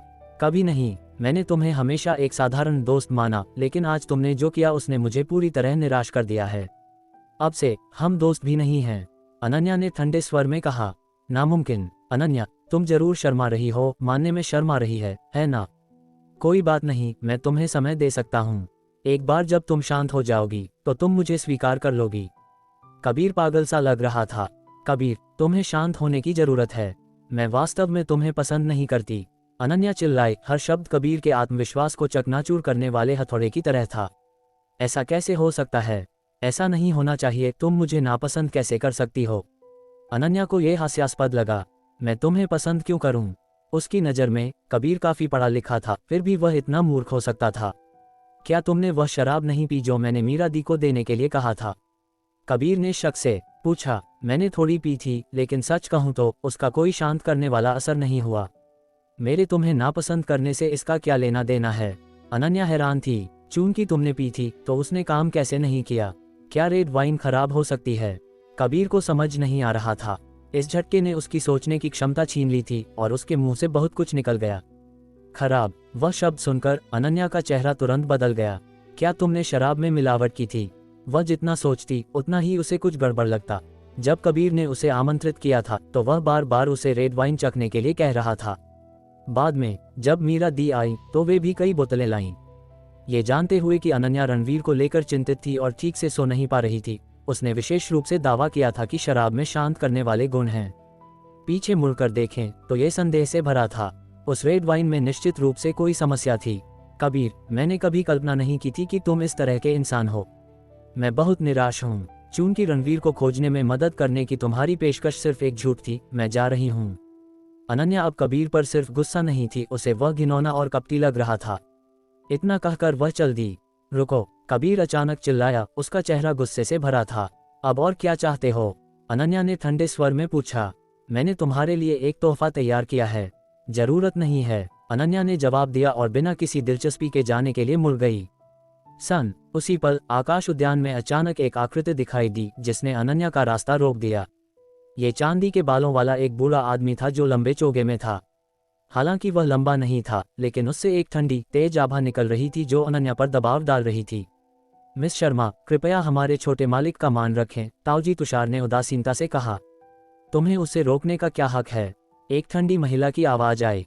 एक विशेषज्ञ। ताऊजी तुषार ने अपनी आंखें सिकुड़ी और जल्दी से चारों ओर देखा। फिर भी उसे एक भी व्यक्ति नहीं दिखा। जब वह पीछे मुड़ा तो आकाश उद्यान में एक देवदार के पेड़ के ऊपर लाल कपड़ों में एक महिला खड़ी थी। उसका चेहरा नकाब से ढका था, एक परी की तरह हवा में तैरती हुई। हालांकि उससे अत्यधिक ठंडक निकल रही थी। उसके प्रकट होते ही पूरे आकाश उद्यान का तापमान गिर गया। इतनी ठंडी हत्या की मंशा। ताऊजी तुषार की आंखें चमक उठीं। छाया संप्रदाय से कोई? कबीर ने तुरंत अनुमान लगाया। वह जानता था कि रुद्रधाम के अलावा रणवीर एक और शक्तिशाली सेना का नेतृत्व करता था जिसे छाया संप्रदाय कहा जाता था। लेकिन छाया संप्रदाय बहुत रहस्यमयी था। उसके बारे में जानने की उसकी सारी कोशिशें नाकाम रही थीं। नवयुग राष्ट्र की इस यात्रा में वह जानता था कि रुद्रधाम ने लोगों को भेजा था, लेकिन उसे कोई अंदाजा नहीं था कि छाया संप्रदाय ने गुप्त रूप से किसी को भेजा है या नहीं। अब अनन्या की रक्षा के लिए एक अजीब महिला प्रकट हुई थी। वह निश्चित रूप से छाया संप्रदाय से होनी चाहिए। तुम कौन हो? अनन्या ने आश्चर्य से पूछा। संप्रदाय प्रमुख ने मुझे गुप्त रूप से आपकी रक्षा करने के लिए कहा था, अग्नि ने ठंडे स्वर में कहा। अनन्या भावुक हो गई। हालांकि रणवीर उसके पास नहीं था, लेकिन उसने बहुत पहले ही उसकी जानकारी के बिना उसकी देखभाल के लिए किसी का इंतजाम कर दिया था। लानत है, कबीर ने मन ही मन कोसा। पहले रुद्रधाम और अब छाया संप्रदाय उसकी योजनाओं को बर्बाद कर रहा था। बिना सोचे वह अनन्या पर चिल्लाया, अनन्या, बस मुझे एक आखिरी पल दो, तोहफा लगभग आ गया है। मेरे पास वास्तव में समय नहीं है, माफ करना, अनन्या ने जवाब दिया और जाने की कोशिश की। कबीर फट पड़ा। अनन्या, इतना ऊंचा और महान बनने का नाटक करना बंद करो। तो क्या हुआ अगर तुम्हारा पति रुद्रधाम से है? वह पहले ही मर चुका है, उसकी लाश शायद शार्क खा गई होगी। तुम अब बस एक विधवा हो तो किस बात का घमंड दिखा रही हो? मैंने जो तोहफा तैयार किया है तुम आज उसे देखोगी। मैं गारंटी देता हूं कि एक बार तुम उसे देख लो तो तुम खुशी से झूम उठोगी। इसके साथ ही कबीर ने अपना फोन निकाला और डायल किया। किसी ने जल्दी जवाब दिया, मैनेजर मिश्रा, तुम अब कहाँ हो? चिंता मत करो, मैं पहले ही आकाश उद्यान पहुंच चुका हूं। फोन से एक ठंडी आवाज आई। बहुत बढ़िया, जल्दी करो और इसे लाओ, कबीर ने उत्साह से कहा। लेकिन अगले ही पल उसका चेहरा बुरी तरह बदल गया। तुम मैनेजर मिश्रा नहीं हो। तुम कौन हो? मैं कौन हूँ? तुम ऊपर देख सकते हो। हत्या के इरादे से लबरेज वह ठंडी आवाज फोन से बाहर निकलने को तैयार तलवार की तरह लग रही थी। कबीर कांप उठा। वह आवाज इतनी जानी पहचानी क्यों लग रही थी? उसने अपना सिर ऊपर झटका। दूर आसमान में अब एक आकृति खड़ी थी, लंबी और प्रभावशाली, बेमिसाल, जैसे कोई स्वर्गीय सम्राट। 9 आसमानों को ढकने वाली वह सर्वोच्च महिमा, ऐसा लग रहा था जैसे पूरे शहर को अपने पैरों तले दबाने को तैयार हो। सिर्फ आवाज ही नहीं, वह आकृति भी जानी पहचानी क्यों लग रही है? कबीर था, सदमे में मुंह खोले खड़ा था। ये सिर्फ कबीर नहीं था, अनन्या ने इसे और भी ज्यादा महसूस किया। वह व्यक्ति इतना ज्यादा जैसा क्यों लग रहा था? उसने आगे सोचने की हिम्मत नहीं की। ये बहुत ही अविश्वसनीय था। अग्नि ने भी किसी के बारे में सोचा, लेकिन अनन्या की तरह विश्वास नहीं कर सकी। ताऊजी तुषार ने ठंडेपन से देखा। शून्य लोक में चलना, ऐसी ताकत जबरदस्त थी। धड़ाम, हवा में उस भयानक आकृति के हर कदम के साथ एक शक्तिशाली बल फूट पड़ा। आसमान को हिला देने वाली गरज ने सभी को बहरा कर दिया। असीम आंधियां उसके चारों ओर घूमने लगी, बवंडर बनाती हुई जो दुनिया भर में चीख रहे थे। एक अकेली आकृति, फिर भी इतनी भारी आभा, हर कोई दंग रह गया। आसमान की तरफ देखो। आकाश उद्यान के बाहर अनगिनत राहगीरों ने ऊपर देखा और किसी को हवा में चलते देखकर उनकी सांसें अटक गईं। वह जरूर कोई महान विशेषज्ञ होगा। वह आसमान पर ऐसे कदम रख रहा है जैसे कि वह उसके पैरों के नीचे फट सकता है। मैं अपने दिल को कांपते हुए महसूस कर सकता हूँ। दर्शक सदमे में चिल्ला उठे। कुछ ने फोटो खींचने के लिए जल्दी से फोन निकाले। दूर ऊंची इमारतों में कुलीन कार्यालय कर्मचारी खिड़कियों पर जमा हो गए, अविश्वास में घूरते हुए। खौफनाक, आसमान में ऐसे चलना जैसे जमीन पर। क्या नवयुग राष्ट्र का वह शीर्ष मास्टर उभर आया है? फिर भी जिन स्थानीय मार्शल ग्रैंड मास्टर्स को वे जानते थे, उन्हें ऐसा करने में सक्षम नहीं होना चाहिए। पल भर में वह आकृति आकाश उद्यान के करीब आ गई। वह घनी जंगली आभा ऐसे दबाव डाल रही थी जैसे काले बादल फटने वाले हों। कबीर अब आने वाले का चेहरा साफ देख सकता था और इसने उसे इतना डरा दिया कि उसके अंग लगभग बाहर निकल आए। ये कैसे हो सकता है? वह बस विश्वास नहीं कर सकता था। उसकी आंखें बाहर निकल आईं, उसका चेहरा मौत की तरह पीला पड़ गया, जैसे उसने कोई भूत देख लिया हो। काफी देर तक उसका मुंह खुला रहा, इससे पहले कि एक कांपती हुई चीख निकली। रणवीर रायचंद, अध्याय 275, कत्ल-ए-आम की शुरुआत। अगर तुम कबीर मेहता को मार मार कर अधमरा भी कर देते, तो भी उसे सपने में भी उम्मीद नहीं थी कि रणवीर रायचंद यहाँ आ धमकेगा। क्या यह आदमी पहले ही मर नहीं चुका था? रणवीर, अनन्या शर्मा ने तुरंत चिल्लाते हुए पुकारा। उसकी आवाज में बेइंतहा उत्साह था। उसने न जाने कितने दिनों तक बिना किसी खबर के इंतजार किया था। हालांकि वह जुबान से कहती थी कि उसे यकीन है रणवीर अभी जिंदा है, लेकिन ये सिर्फ उसका एक जुनून था। बुरी तरह घायल होने और तूफान में समा जाने के बाद बचने की उम्मीद न के बराबर थी। लेकिन उम्मीद के विपरीत ठीक इसी पल रणवीर आसमान से उतरता हुआ उसके सामने आ खड़ा हुआ, जैसे कोई सपना सच हो गया हो। अनन्या, तुम्हें चिंता में डालने के लिए माफी चाहता हूँ, रणवीर ने माफी मांगते हुए मुस्कुराकर कहा। उसकी आंखों में अनन्या के लिए असीम कोमलता थी। इन शब्दों ने अनन्या के दिल पर गहरी चोट की और वह फूट फूट कर रो पड़ी। रणवीर के जाने के बाद वह बहुत घबरा गई थी।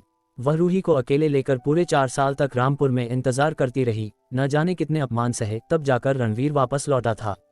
ये छोटा सा परिवार कुछ ही महीने साथ रह पाया था कि रणवीर उसे हमेशा के लिए छोड़कर चला गया। अनन्या इस नतीजे को स्वीकार ही नहीं कर पा रही थी। उसने तो मरने तक का सोच लिया था। शुक्र है उसने आखिरकार वापस आने का फैसला किया। इतने दिनों से उसके दिल में जमा हुई बेचैनी एक ही पल में बाहर निकल गई। ये खुशी के आंसू थे। हवा को चीरती हुई एक आवाज आए। रणवीर का शरीर तुरंत अनन्या के पास उतरा और उसने उसे एक सुकून देने वाले गले से लगा लिया। डरो मत, मैं यहाँ हूँ, सब संभाल लूंगा। प्रमुख, तभी अग्नि ने भी पुकारा। छाया संप्रदाय की परछाई होने के नाते वह हमेशा से ठंडी और निर्मम रही थी, यहाँ तक कि उसे ज्यादा बात करना भी पसंद नहीं था। लेकिन रणवीर को इस वक्त जिंदा देखकर उसकी आवाज में भी भावनाओं की एक लहर दौड़ गई। मेरे न रहने पर तुम्हें काफी परेशानी हुई, अब आगे का सब कुछ मुझ पर छोड़ दो। रणवीर के इतना कहते ही उसकी नजर सीधे कबीर मेहता पर जा टिकी।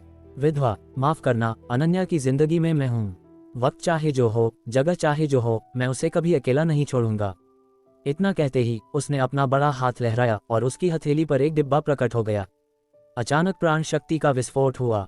धड़ाम, डिब्बा सीधे चकनाचूर हो गया और रणवीर के हाथ में एक चमकता हुआ हीरा दिखाई दिया। वह अनंत हृदय जो तुम चाहते थे, मैं ले आया हूँ। क्या तुम अभी भी मेरी पत्नी से अपने प्यार का इजहार करना चाहते हो? रणवीर ने ठंडी आवाज में पूछा। कबीर मेहता की आंखें सिकुड़ गईं और उसके पेट में उठी गर्मी बहुत पहले ही गायब हो चुकी थी। अब वहां सिर्फ अंतहीन डर बचा था। अनंत हृदय तुम्हारे पास कैसे हो सकता है? क्या तुम पहले ही मर नहीं चुके थे? ये सब क्या चल रहा है? वैसे मुझे सागर फार्मास्यूटिकल्स के जहाज का शुक्रिया अदा करना चाहिए जो मुझे नवयुग राष्ट्र तक ले आया और मुझे तुम्हारा असली चेहरा भी दिखा दिया। रही बात मैनेजर मिश्रा और उन लोगों की, तो वे उस जहाज के साथ बहुत पहले ही नष्ट हो चुके हैं, रणवीर ने सर्द लहजे में कहा। हिस, ये सुनते ही कबीर मेहता की सांसें अटक गईं। रुद्रधाम की लाखों की सेना, साथ ही कई साम्राज्यों के सहयोगियों ने आधे महीने तक समुद्र को छान मारा, लेकिन कोई सुराग नहीं मिला। और नतीजा यह निकला कि उसकी अपनी सागर फार्मास्यूटिकल्स का जहाज ही रणवीर को यहाँ ले आया। ये तो उम्मीद से परे था। तो उस जहाज पर मौजूद औषधीय सामग्री? कबीर मेहता को अचानक ख्याल आया। वह बहुत चिंतित हो गया। वे पहले ही राख में बदल चुकी हैं, रणवीर ने लापरवाही से कहा। प्रमुख रायचंद, उन औषधीय सामग्रियों का इस्तेमाल नई दवाओं पर शोध करने के लिए किया जाना था। अगर वह सफल हो जाता तो कई लाइलाज बीमारियों के मरीजों का इलाज हो सकता था। तुमने पूरा जहाज ही नष्ट कर दिया। तुम्हारा मतलब क्या है? कबीर मेहता ने गुस्से में कहा। तुम अभी भी मेरे सामने नाटक कर रहे हो, है ना? रणवीर ने तंज कसा। मैंने अनन्या से अपनी भावनाओं का इजहार करने के अलावा कुछ नहीं किया, क्योंकि मैं अपनी सोच पर काबू नहीं रख सका, कबीर मेहता ने सफाई दी। चूंकि रणवीर जिंदा है, इसलिए अगर उसमें 10,000 शेरों का भी जिगर होता तो भी वह लापरवाही करने की हिम्मत नहीं करता। ये वह पागल आदमी है जिसने काल सागर और देवलोक को तबाह कर दिया था।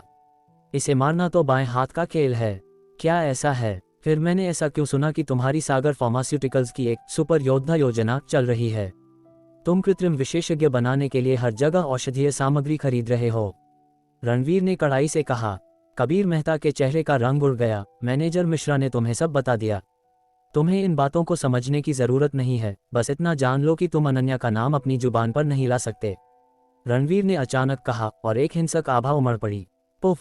कबीर मेहता को तुरंत एक जोरदार झटका लगा। उसका मुंह खुला और खून की उल्टी कर दी। तुम्हारी इतनी हिम्मत! ताऊजी तुषार चौंक गए और रणवीर की ओर लपके। अग्नि हिली। उसका इरादा हमला करने का था। तभी रणवीर ने हाथ उठाया, इशारा करते हुए। अग्नि तुरंत रुक गई। सिर्फ एक मामूली शक्ति देव स्तर, रणवीर ने तिरस्कारपूर्वक कहा, फिर अपना बड़ा हाथ उठाया और धीरे से नीचे दबाया। एक विशाल प्राण शक्ति, पहाड़ जैसी भारी। ताऊजी तुषार का शरीर अचानक हिल भी नहीं पाया और उनका चेहरा पीला पड़ गया। रणवीर की हथेली के नीचे विरोध करने की उनमें रत्ती भर भी ताकत नहीं थी। तुम शक्ति देव स्तर पर नहीं हो, ताऊजी तुषार ने मुश्किल से चिल्लाते हुए कहा। तुम्हें किसने कहा कि मैं शक्ति देव स्तर का साधक हूँ? रणवीर ने ठंडे स्वर में कहा। बड़ा हाथ नीचे दबता गया और शून्य लोक चकनाचूर होने वाला था। ताऊजी तुषार ने दांत भींच लिए और खुद को सहारा दिया, लेकिन वे बिल्कुल भी विरोध नहीं कर पा रहे थे। एक ही पल में कड़क कड़क उनके शरीर की हड्डियां एक साथ टूट गईं। इसके तुरंत बाद उनका पूरा शरीर अब और नहीं झेल सका। धड़ाम! एक दबी हुई आवाज के साथ ताऊजी तुषार रणवीर की हथेली से कुचलकर मारे गए और खून की धुंध में बदल गए। कुछ भी नहीं बचा। हे भगवान! कबीर मेहता सन्न रह गया। रणवीर की ताकत किस स्तर पर पहुंच गई है? वह ताऊजी तुषार थे, मेहता परिवार की रक्षा करने वाले विशेषज्ञों में से एक और नवयुग राष्ट्र के शीर्ष विशेषज्ञों में से भी एक, लेकिन रणवीर ने उन्हें एक हथेली से ही मौत के घाट उतार दिया। ये तो रोंगटे खड़े कर देने वाला है। प्रमुख की ताकत और भी बढ़ गई है। अग्नि मन ही मन हैरान थी। उसने प्रमुख को एक्शन लेते देखा था, लेकिन वे आज जितने शक्तिशाली कभी नहीं थे। ऐसा लग रहा था जैसे वे एक पूरी तरह से नए क्षेत्र में विकसित हो गए हैं, शक्ति देव स्तर वालों को चींटियों की तरह मसल रहे हैं। तुम्हें लगता है कि तुम एक हीरे से मेरी पत्नी का दिल जीत सकते हो? ये तो कचरा है, रणवीर ने कड़ाई से डांटा, फिर अनंत हृदय को चुटकी में दबाया। नहीं! कबीर मेहता तुरंत चिल्लाया। बहुत देर हो चुकी थी। कच! एक कुरकुरी आवाज के साथ अनंत हृदय धूल के एक कण में बदल गया और रणवीर की हथेली से गिर गया। तुम पागल हो गए हो। ये अनंत हृदय है दुनिया के शीर्ष हीरो में से एक, 10 अरब का। कबीर मेहता की आंखें फटी की फटी रह गईं। तो क्या? रणवीर ने हिकारत से थूका। भले ही वह 100 अरब का हो या 10,000 अरब का, अनन्या को इसमें कोई दिलचस्पी नहीं होगी। मैं उसे बिना किसी हिचकिचाहट के नष्ट कर दूंगा। घुटनों पर बैठो, रणवीर अचानक चिल्लाया। मैंने सिर्फ अनन्या से अपने प्यार का इजहार किया और उसके साथ कुछ नहीं किया। इसके विपरीत तुमने मेरे मेहता परिवार के एक विशेषज्ञ को मार डाला और 10 अरब का हीरा नष्ट कर दिया। मैं घुटने क्यों टेकूं? कबीर मेहता ने कड़ाई से कहा। ठीक है, तो फिर नर्क में जाओ। रणवीर ने अपनी बात खत्म की और अपना बड़ा हाथ उठाया। ये देख कबीर मेहता के चेहरे का रंग उड़ गया। ताऊजी तुषार इस हथेली के नीचे मारे गए थे, वह विरोध करने के काबिल कैसे हो सकता था? रणवीर, तुम मुझे नहीं मार सकते। यह नवयुग राष्ट्र है, मेरे मेहता परिवार का इलाका। अगर तुमने मुझे मारने की हिम्मत की तो तुम यहाँ से कभी बाहर नहीं निकल पाओगे। चाहे तुम हो या तुम्हारी पत्नी या छाया संप्रदाय या रुद्रधाम का हर कोई, तुम सबको मरना होगा। तुम मुझे अपनी ताकत की धमकी देने की जुर्रत कर रहे हो। रणवीर का चेहरा भावहीन था और उसका बड़ा हाथ सीधे नीचे दबा। नवयुग राष्ट्र क्या कर सकता है? दुनिया में कहीं भी अगर वह किसी को मारना चाहता है तो ऐसा कुछ भी नहीं है जो वह करने की हिम्मत न करे।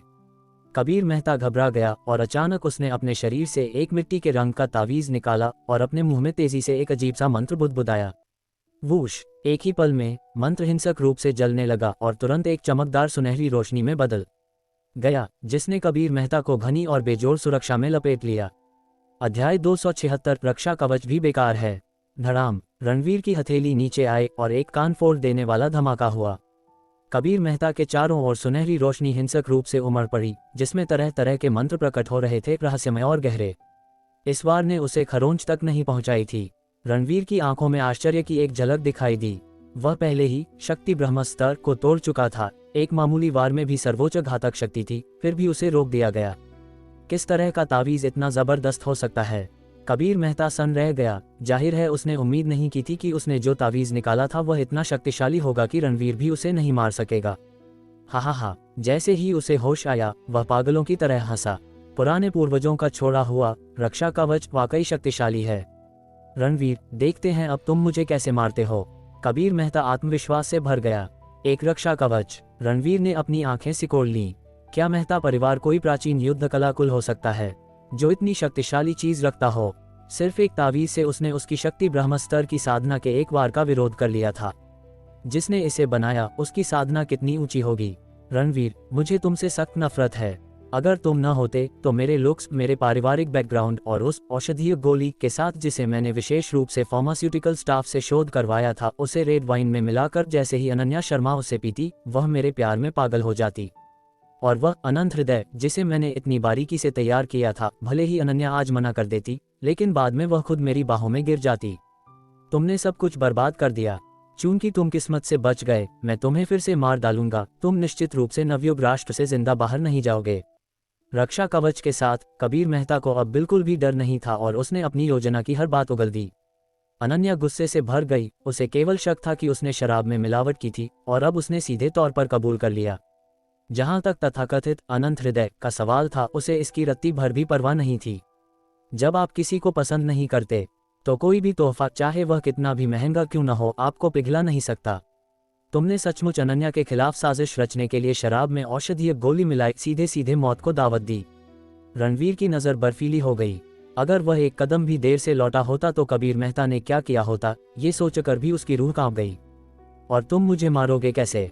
कबीर मेहता पूरी तरह से बेफिक्र दिख रहा था। तुम्हें लगता है कि एक तावीज़ तुम्हें पूरी तरह सुरक्षित रख सकता है? अगर मैं तुम्हें मारना चाहूं तो कोई भी चाल तुम्हें नहीं बचा सकती। रणवीर गरजा और एक और घातक हथेली नीचे पटक दी। बूम! इस वार ने रणवीर की पूरी ताकत खींच ली, पिछले वाले से कई गुना ज्यादा घातक, जैसे कोई आसमान ही नीचे आ गिरा हो। कबीर मेहता के ऊपर सुनहरी रोशनी झिलमिला उठी क्योंकि मंत्र लगातार बह रहे थे, एक रक्षात्मक दीवार बना रहे थे जिसने उसे पूरी तरह से ढाल दिया। धड़ाम! जिस पर रणवीर की हथेली उतरी, एक तूफानी गर्जना हुई जिसने शून्य लोक को बिजली के धमाके की तरह हिला दिया। ओह! कबीर मेहता पीछे की ओर उड़ गया। उसका चेहरा मुर्दे की तरह पीला पड़ गया। तो क्या हुआ अगर उसके पास रक्षा कवच था? उसने सीधे वार को तो रोक लिया लेकिन हिंसक झटके को पूरी तरह से नहीं रोक सका। रणवीर की औरत को उकसाने की कीमत क्या होती है, ये तुम अब जानोगे। रणवीर मौत के देवता की तरह आगे बढ़ा और तुरंत कबीर मेहता के सामने आ खड़ा हुआ। इससे पहले कि वह प्रतिक्रिया दे पाता, एक और घातक हथेली का वार हुआ। इसने शून्य लोक को एक तेज धार की तरह काट दिया, भारी और अटूट। धड़ाम! कबीर मेहता ने सीधे टक्कर ली और एक बार फिर हवा में उड़ गया। रक्षा कवच ने उसे तुरंत नष्ट होने से बचा लिया, लेकिन टक्कर ही इतनी थी कि वह बर्दाश्त नहीं कर पा रहा था। बिना एक शब्द कहे रणवीर ने हमला जारी रखा। Bang bang bang! उसने कबीर मेहता को एक जिंदा लक्ष्य की तरह इस्तेमाल किया। 7 या 8 लगातार हथेलियों के बाद तावीज भी लड़खड़ाने लगा। धधकती हुई सुनहरी चमक लगभग आधी रह गई और बहने वाले अधिकांश मंत्र गायब हो गए थे। हमलों का एक और दौर और वह निश्चित रूप से मर जाएगा। कबीर मेहता खून से लथपथ था। उसका असली चेहरा मुश्किल से पहचाना जा रहा था। सारा अहंकार गायब हो गया था। रणवीर बहुत क्रूर था, लगभग अमानवीय।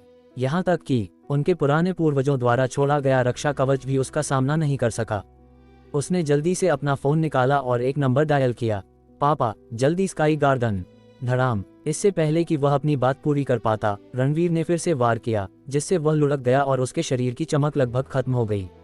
रक्षा कवच टूटने की कगार पर था। प्रमुख रायचंद, मुझे मत मारो, मुझे माफ कर दो, ठीक है? कबीर मेहता पूरी तरह से टूट गया। एक और वार और वह मर जाएगा।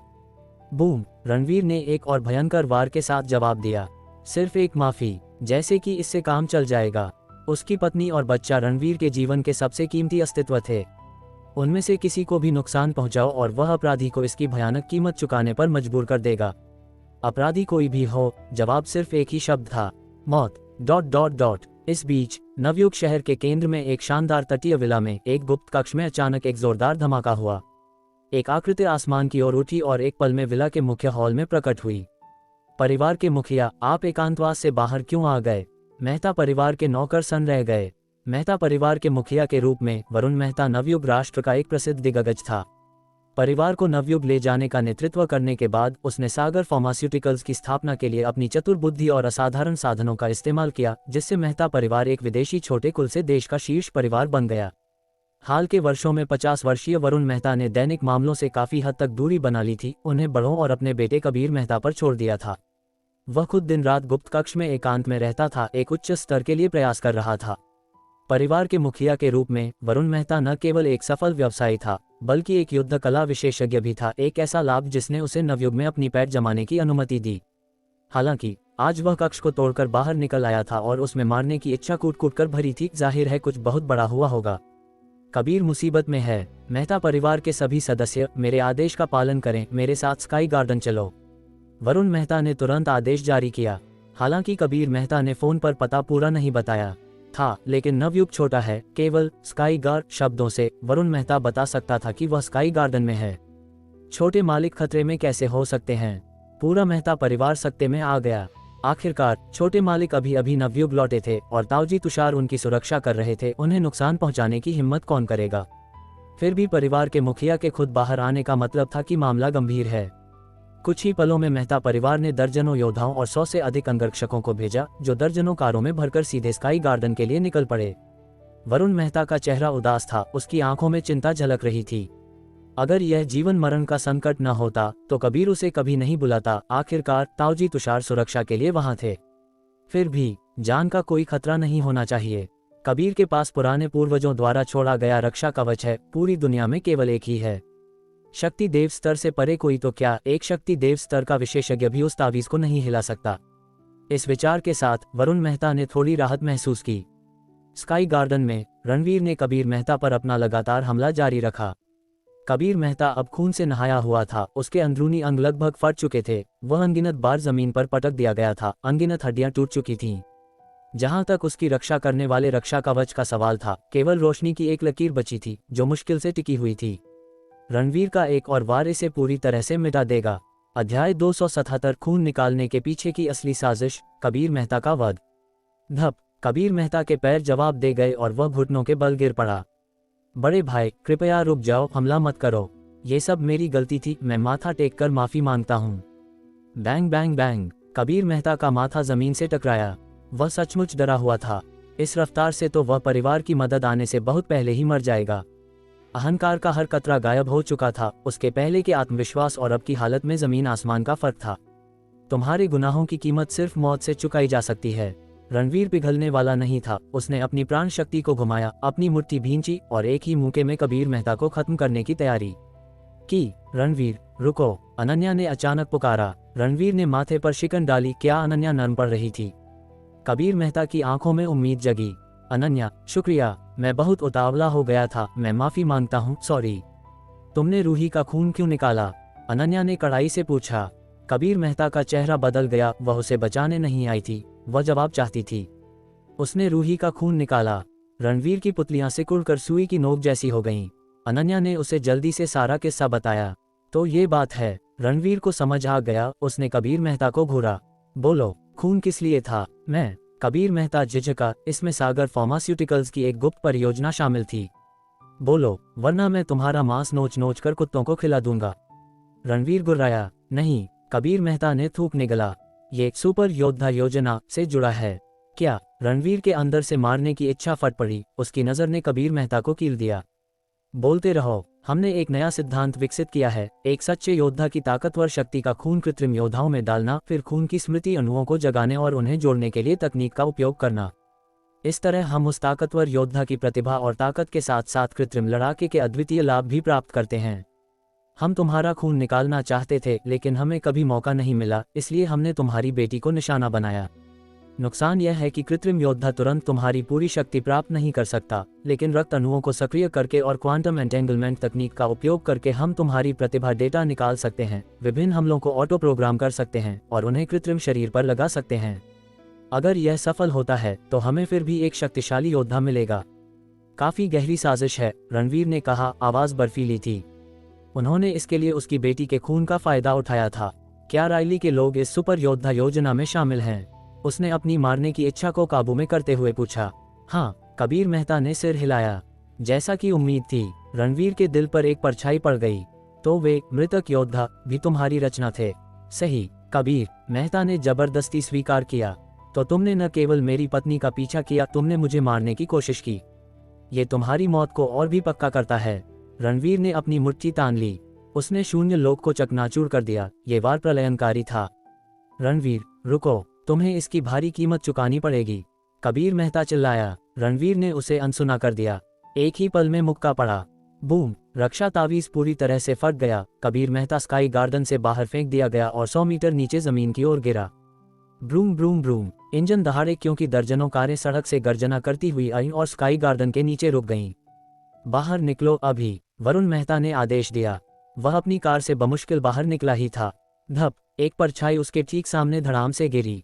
वरुण मेहता की सांस अटक गई। उसने देखा और दहशत में सांस अंदर खींची। मेरा बेटा! कबीर मेहता का शरीर लगभग लुब्धी बन चुका था। अंग बाहर निकल आए थे विभत्स। कबीर उठो! वरुण मेहता घुटनों के बल बैठ गया, चिल्लाते हुए। लेकिन इस हालत में बचना नामुमकिन था। कोई चमत्कारी दवा, कोई औषधीय गोली मदद नहीं कर सकती थी। अहह! वरुण मेहता आसमान की ओर देखकर चीखा। ये कैसे हुआ? कॉल आते ही वह भागा था, सिर्फ अपने बेटे की लाश पाने के लिए।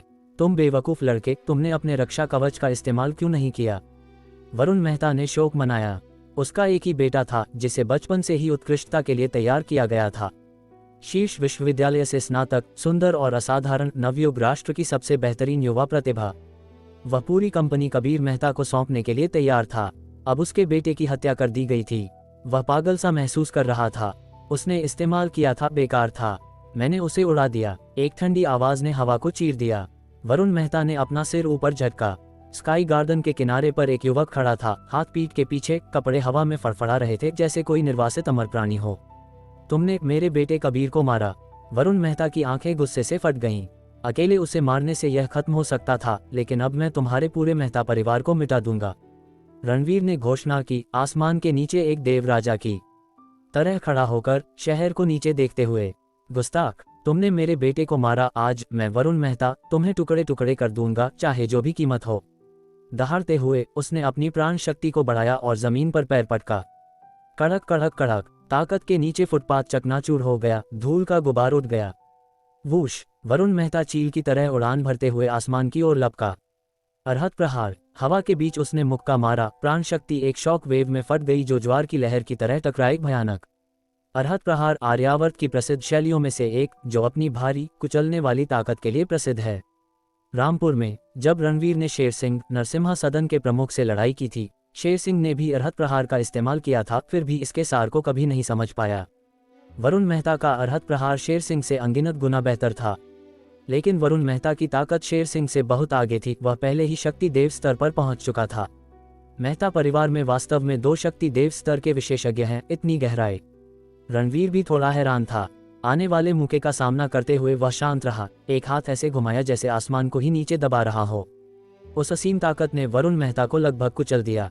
बैंग कड़क! एक ही पल में उनके हमले उल्का के पृथ्वी से टकराने की तरह भिड़ गए। ऊर्जा बाहर की ओर गरजने से शून्य लोक हिल गया। आह! वरुण मेहता चीखा। उसकी मुट्ठी नष्ट हो गई थी, खून हवा में बिखर गया। उसका शरीर नीचे गिरा। एक तूफानी धमाके के साथ उसी जगह पर वापस पटक दिया गया। टक्कर ने उसके नीचे की धरती में गड्ढा बना दिया। मेहता परिवार की भीड़ पीछे हट गई, दहशत में घूरते हुए। परिवार का मुखिया एक ही हथेली से वापस थप्पड़ खा गया था। मुक्का मारने वाला हाथ एक बेकार अवशेष बनकर रह गया था। अविश्वसनीय! परिवार के मुखिया नवयुग राष्ट्र की शक्ति के शीर्ष पर हैं। आप उनके जैसे लोगों को उंगलियों पर गिन सकते हैं, फिर भी वह एक हथेली भी नहीं झेल सके। बेहद भयानक! ये युवक कौन है? वह इतना शक्तिशाली क्यों है? अध्याय 278 वरुण मेहता का शिकार, अनुसंधान केंद्र। तुम आखिर हो कौन? वरुण मेहता ने सदमे में पूछा। अपनी शक्ति देव स्तर की साधना के साथ उसे आसानी से कुचल दिया गया था। उसके विरोधी की ताकत लगभग अकल्पनीय थी। जाओ अपने बेटे से नर्क में पूछो, रणवीर ने ठंडे स्वर में कहा, फिर से अपना हाथ घुमाया। बूम! एक हिंसक शक्ति एक विशाल अजगर की तरह उमड़ पड़ी, जिसे रोका नहीं जा सकता था। अगर तुम नहीं बोलोगे तो तुम्हें दूसरा मौका कभी नहीं मिलेगा। वरुण मेहता गुर्राया, फिर वह दहाड़ा। अष्ट दिशा प्रहार! उससे एक भयंकर आभा निकली। उसकी बाहों की मांसपेशियां फूल गईं, विस्फोटक शक्ति से भरी हुई। बैंग! वरुण मेहता ने मुक्का मारा, जो तुरंत रणवीर द्वारा भेजी गई हथेली की ताकत से टकराया। बूम! एक और मंद धमाका हुआ। वरुण मेहता को लगा जैसे कोई पहाड़ उस पर आ गिरा हो, पूरी तरह से असुरक्षित उसका शरीर हिंसक रूप से पीछे की ओर फेंका गया। पट, उसने खून थूका, उसका चेहरा आतंक से भर गया। वह बिल्कुल भी मुकाबला नहीं कर पाया। जिस हाथ से उसने अभी मुक्का मारा था वह लगभग चकनाचूर हो गया था। जाओ, इसे मार डालो। वरुण मेहता ने दोबारा हमला करने की हिम्मत नहीं की और तुरंत अपने आदमियों को आदेश दिया। दर्जनों योद्धा रणवीर पर एक साथ टूट पड़े। चींटियों का झुंड। रणवीर ने तंज कसा, तलवार की इच्छाशक्ति छोड़ दी। असीम तलवार की ऊर्जा ने शून्य को चीर दिया। फुस फुस फुस। एक ही पल में उन दर्जनों को गले पर एक ही वार से खामोश कर दिया गया और वे एक साथ ढेर हो गए। यह वरुण मेहता जम गया, अविश्वास में घूरते हुए। ये मेहता परिवार के कुलीन लड़ाके थे, प्रत्येक कम से कम अंतरशक्ति स्तर पर, उनमें से कई शक्ति राजा स्तर के उस्ताद थे। फिर भी वे तलवार की ऊर्जा की कुछ लकीरों से काट दिए गए। स्काई गार्डन पर खड़े युवक ने खुद हिला तक नहीं था। वह इतना भयानक कैसे हो सकता है? वरुण मेहता को बिल्कुल यकीन नहीं हो रहा था। बिना एक शब्द कहे वह घूमा और अपनी कार में कूद गया। बदला इंतजार कर सकता था, बचना पहले जरूरी था, वरना वह यहीं मर जाएगा। ये देख, रणवीर ने फिर से तलवार की इच्छाशक्ति छोड़ी। शशश। तलवार की ऊर्जा की एक धार निकली जिसने एक चकाचौंध चाप में आसमान को चीर दिया। वह चमकदार वार कार पर गिरा। बैंग। सेडान फट गई, टुकड़े उड़े, फिर भीषण लपटों में घिर गई। तभी मलबे से एक आकृति रेंग कर निकली और पीछे देखे बिना भाग गई। ये वरुण मेहता था। कार उड़ गई और वह अभी भी जिंदा है। रणवीर थोड़ा हैरान था। वरुण मेहता के पास जरूर कोई सुरक्षा खजाना होगा। अगर मैं तुम्हें मारना चाहता हूं तो तुम नहीं बचोगे, रणवीर ने कहा। अनन्या के पास जाकर उसे अपनी बाहों में उठाया और आसमान की ओर उड़ान भरी। अनन्या, आज मैं तुम्हें कत्ल-ए-आम दिखाने ले जाऊंगा। अनन्या का दिल कांप गया। इससे पहले कि वह प्रतिक्रिया दे पाती, वह पहले ही हवा में थी। अतीत में रणवीर ने दुश्मनी निपटाते समय उसे दूर रखा था। उसे डर था कि वह डर जाएगी। उसने अकेले अंधेरे का सामना किया, लेकिन कबीर मेहता वाली घटना के बाद उसने अपना मन बदल लिया था। अनन्या लोगों पर बहुत आसानी से भरोसा कर लेती थी। उसे कभी एहसास नहीं होता था कि कुछ दिल कितने काले हो सकते हैं। सिर्फ और देखकर ही वह अपनी आत्मा को मजबूत कर सकती थी। अनन्या को पकड़े हुए रणवीर एक अमर जोड़े की तरह नवयुग शहर के ऊपर से उड़ा। अनगिनत निगाहें उनकी ओर खींच गईं। अग्नि ने सबसे पहले करण को सूचित करने के लिए एक त्वरित कॉल किया, केवल जरूरी बातें बताईं, फिर रणवीर का पीछा करने के लिए दौड़ी। होटल में वापस कॉल खत्म होने के बाद करण उत्तेजना से कांप रहा था। क्या हुआ? लोहित ने गहरी आवाज में पूछा। जब तक कुछ बड़ा न हो, छाया संप्रदाय के सदस्य शायद ही कभी फोन करते थे। प्रमुख मरे नहीं हैं। जब करण ने ये शब्द बोले तो उसे लगा कि वह सपना देख रहा है। तुमने क्या कहा? लोहित को मुश्किल से यकीन हुआ, आंखें फट गईं। प्रमुख जिंदा हैं, अग्नि ने मुझे बताया। उन्होंने कबीर मेहता को मार डाला और अब मेहता परिवार के मुखिया का शिकार कर रहे हैं। चलो चलें, करण ने तेजी से कहा। वह विवरण नहीं जानता था। अग्नि ने फोन पर ज्यादा कुछ नहीं कहा था। शानदार। लोहित खुशी से लगभग उछल पड़ा, मुट्ठियां भींच लीं। उसने और करण ने छिपी हुई रुद्र सेना को बुलाया और अग्नि द्वारा बताए गए पते की ओर तेजी से बढ़े। ... जब वरुण मेहता ने रणवीर को पीछा करते देखा तो उसका दिल दहशत से धड़कने लगा। वह आदमी एक राक्षस था। कबीर ने किस तरह के राक्षस को उकसाया? परिवार के पास लौटना नामुमकिन था। एकमात्र विकल्प अनुसंधान केंद्र था, सबसे नजदीकी शरण। केवल वहीं उसे इस भयानक युवक से निपटने का कोई रास्ता मिल सकता था। वरुण मेहता ने अपनी गति को सीमा तक धकेल दिया, प्राण शक्ति को बेतहाशा जलाते हुए नवयुग के शहर के बीच से दौड़ते हुए, जबकि देखने वाले मुंह बाए खड़े थे। क्या वह सागर फार्मास्यूटिकल्स के सीईओ वरुण मेहता नहीं है? किसी ने उसे पहचान लिया और सदमे में चिल्लाया। नवयुग राष्ट्र में वरुण मेहता मशहूर था, सबसे अमीर आदमी और योद्धा, मीडिया में नियमित, समुद्र के पार जाना जाने वाला एक दिग्गज। फिर भी अब वह खून से लथपथ और घबराया हुआ था। आखिर हुआ क्या है? कुछ ही पलों बाद लोगों ने एक सुंदर युवक को देखा जो एक बेहद खूबसूरत सुंदरी को उठाए वरुण मेहता का पीछा कर रहा था। हे भगवान, क्या मैं सही देख रहा हूँ? वह युवक एक सुंदरी को थामे हुए वरुण मेहता का शिकार कर रहा है। तो वरुण मेहता पर चोटें उसने दी हैं। एक ही पल में पूरे शहर में हंगामा मच गया। ... मिनटों के भीतर वरुण मेहता बाहरी इलाके में पहुंच गया। वहां लोहे की बाड़ से घिरा एक परिसर खड़ा था जिसकी कड़ी सुरक्षा थी। ये सागर फार्मास्यूटिकल्स के अधीन अनुसंधान केंद्र था। अंदर घुसने के बाद ही वरुण मेहता ने आखिरकार सांस ली। तो यह वह बेस है जहां सुपर योद्धा योजना विकसित हो रही है।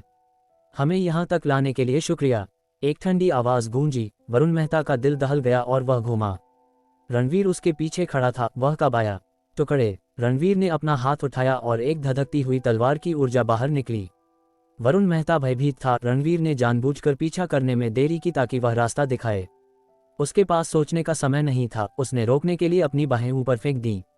बैंग! तलवार की ऊर्जा ने वरुण मेहता के चारों ओर की प्राण शक्ति ढाल को चकनाचूर कर दिया और उसे जमीन पर पटक दिया। फिर भी वह मरा नहीं था। रणवीर को यकीन था कि उस आदमी के पास कोई तावीज जैसा खजाना है, वरना वरुण मेहता केवल शक्ति देव स्तर पर होने और पहले से घायल होने के कारण रणवीर उसे एक ही वार में मार सकता था। बिना रुके वह आगे बढ़ा। अनन्या उसकी बाहों में थी। आज वरुण मेहता और यह बेस दोनों नष्ट हो जाएंगे। Beep beep beep. जैसे ही रणवीर नजदीक आया, बाहर से अलार्म बजने लगे। पूरे बेस को सचेत कर दिया। अनगिनत कर्मचारी हरकत में आ गए। रणवीर ने तुरंत हमला किया। अंतहीन तलवार की ऊर्जा ने लोहे की बाड़ को धूल में मिला दिया। वह आगे बढ़ा और वरुण मेहता के सामने प्रकट हुआ।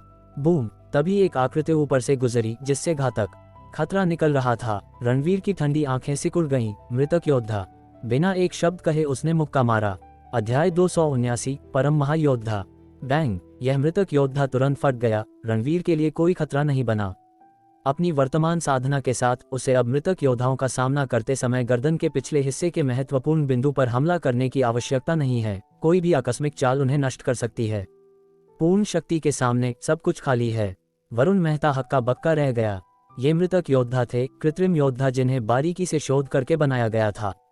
उनकी युद्ध शक्ति अकेले शक्ति देव स्तर के बराबर थी और वे ब्लेड और बंदूकों के लिए अभेद्य थे, अविनाशी। रणवीर ने वास्तव में एक ही मुक्के से एक को उड़ा दिया। ये तो अविश्वसनीय है। Swish swish swish. एक छोटे से पल में और अधिक मृतक योद्धा उसे मारने आए। मोटा मोटी गिनती करें तो शायद 30 से कम नहीं थे। हालांकि रणवीर मृतक योद्धाओं को गंभीरता से नहीं लेता, लेकिन मृतक योद्धाओं का ऐसा समूह होना भयानक है। यहाँ तक कि 3 महान निषिद्ध भूमियों के खिलाफ भी वे एक बड़ा खतरा पैदा कर सकते थे। इन्हें मुझे मारने के लिए भेजना बेकार है, रणवीर ने ठंडे स्वर में कहा, एक मुक्के के साथ सफाया करते हुए। बैंग! एक और मृतक योद्धा तुरंत फट गया। बाकी मृतक योद्धाओं ने इस अवसर का लाभ उठाकर रणवीर को तेजी से मारने की कोशिश की, लेकिन जिस पल उन्होंने उसे छुआ, रणवीर के शरीर से अनगिनत तलवार की ऊर्जा बाहर निकली। इन सभी मृतक योद्धाओं को एक साथ भेद दिया। Bang bang bang! मौके पर विस्फोटों की एक श्रृंखला गूंज उठी और सभी मृतक योद्धा फट गए। चिप्स और शरीर के ऊतक हर जगह बिखर गए। वरुण मेहता का दिल जोर से कांप गया। अजय! ये युवक तो बस अजय है। उसने सिर्फ एक मृतक योद्धा को नहीं मारा, बल्कि अदृश्य रूप से भयंकर तलवार की ऊर्जा छोड़ी। दर्जनों मृतक योद्धाओं को मौके पर ही साफ कर दिया। क्या ऐसा हो सकता है कि उसने पहले ही शक्ति देव स्तर को तोड़ दिया है और शक्ति ब्रह्म स्तर में प्रवेश कर लिया है? वरुण मेहता ने सोचा। उसका दिल लगभग बाहर आ रहा था। अगर वह वास्तव में उस स्तर पर पहुंच गया तो यह निस्संदेह चौंकाने वाला होगा। वह बहुत छोटा है, तुम आज मारे जाओगे, रणवीर ने वरुण मेहता से कहा। इन शब्दों ने तुरंत वरुण मेहता को सदमे से होश में ला दिया। वह घूमा और बेस में भाग गया। जैसे ही रणवीर हमला करने वाला था, मृतक योद्धाओं का एक और समूह उसे मारने आया। संख्या पहले से आधी थी, लेकिन ये भी अद्भुत था। एक मृतक योद्धा में शक्ति देव स्तर की ताकत होती है और इतने सारे मृतक योद्धा यहाँ छिपे हैं। अगर वे सभी छोड़ दिए जाते तो वे निश्चित रूप से जमीन को रौंद सकते थे, लेकिन वे वास्तव में रणवीर पर रत्ती भर भी प्रभाव नहीं डाल सके। उसके शरीर से अनंत तलवार की ऊर्जा निकली जो पूरे क्षेत्र को शॉकवेव की तरह भेद गई। Bang bang bang! सभी मृतक योद्धा इस पल फट गए, एक ही वार में ढेर हो गए। रणवीर नहीं जानता कि क्या शक्ति ब्रह्म स्तर से ऊपर अन्य कोई स्तर है, लेकिन कम से कम अब वह इस स्तर में है और मूल रूप से अजेय है। कृत्रिम योद्धा अंततः असली योद्धाओं से अतुलनीय हैं। आत्मा के बिना वे सिर्फ क्रूड हत्या मशीनें हैं। बेस के अंदर वरुण मेहता के आने के बाद उसने तुरंत संबंधित कर्मियों को निर्देश दिया, बाहर उस आदमी को रोकने के लिए सभी मृतक योद्धाओं को भेज दो। प्रेसिडेंट मेहता अब और मृतक योद्धा नहीं हैं। हमने केवल 100 से कुछ अधिक शोध और निर्माण किया था। हमने राइली को कई दर्जन उधार दिए थे। बाकी बचे मृतक योद्धा अब उस व्यक्ति द्वारा बाहर मारे गए हैं, एक प्रभारी व्यक्ति ने जल्दी से कहा। क्या वे खत्म हो गए? वरुण मेहता सन्न रह गया। उसने बेस पर आने और विरोधी को मारने के लिए मृतक योद्धाओं पर भरोसा करने की उम्मीद की थी, लेकिन अब वे मिटा दिए गए थे। अब क्या करें? बूम! इस पल अचानक एक जोरदार धमाका हुआ। बेस में प्रवेश करने वाला एल्यूमिनियम मिश्र धातु का दरवाजा सीधे एक मुक्के से उड़ा दिया गया। रणवीर की आकृति अचानक नजर में आई। उसके बगल में अनन्या थी। रणवीर द्वारा साथ लाए जाने पर रणवीर की निर्णायक हत्याओं को देखकर उसका दिल जोर से धड़क रहा था। उसने पहले कभी इसका अनुभव नहीं किया था। जल्दी उसे रोकने के लिए बंदूकों का इस्तेमाल करो, वरुण मेहता ने तुरंत आदेश दिया, जबकि वह खुद बेस के सबसे गहरे हिस्से की ओर भागा। प्रभारी व्यक्ति ने जल्दी से कई अधीनस्थों का स्वागत किया। सभी पिस्तौल पकड़े हुए थे और पागलों की तरह रणवीर पर गोलीबारी कर रहे थे। धां धां धां गोलियां मूसलाधार बारिश की तरह बरसीं। अनन्या चिंतित थी और उसने रणवीर की बांह को कसकर पकड़ लिया। चिंता मत करो, मैं हूं ना, रणवीर ने शांत भाव से कहा। ये वे शब्द थे जो वह अक्सर अनन्या से कहता था। चाहे कोई भी समय या स्थान हो, इन शब्दों को सुनने के बाद अनन्या को सुकून मिलता था। रणवीर के साथ होने पर ऐसा लगता था कि अगर आसमान भी गिर जाए तो वह उसे संभाल सकता है। अनगिनत गोलियों ने रणवीर को मारने की कोशिश की और शून्य लोक में अचानक एक प्राण शक्ति रक्षा कवच प्रकट हुआ। बैंग बैंग बैंग, एक ही पल में वे सभी टकराए, थोड़ा भी भेद नहीं पाए।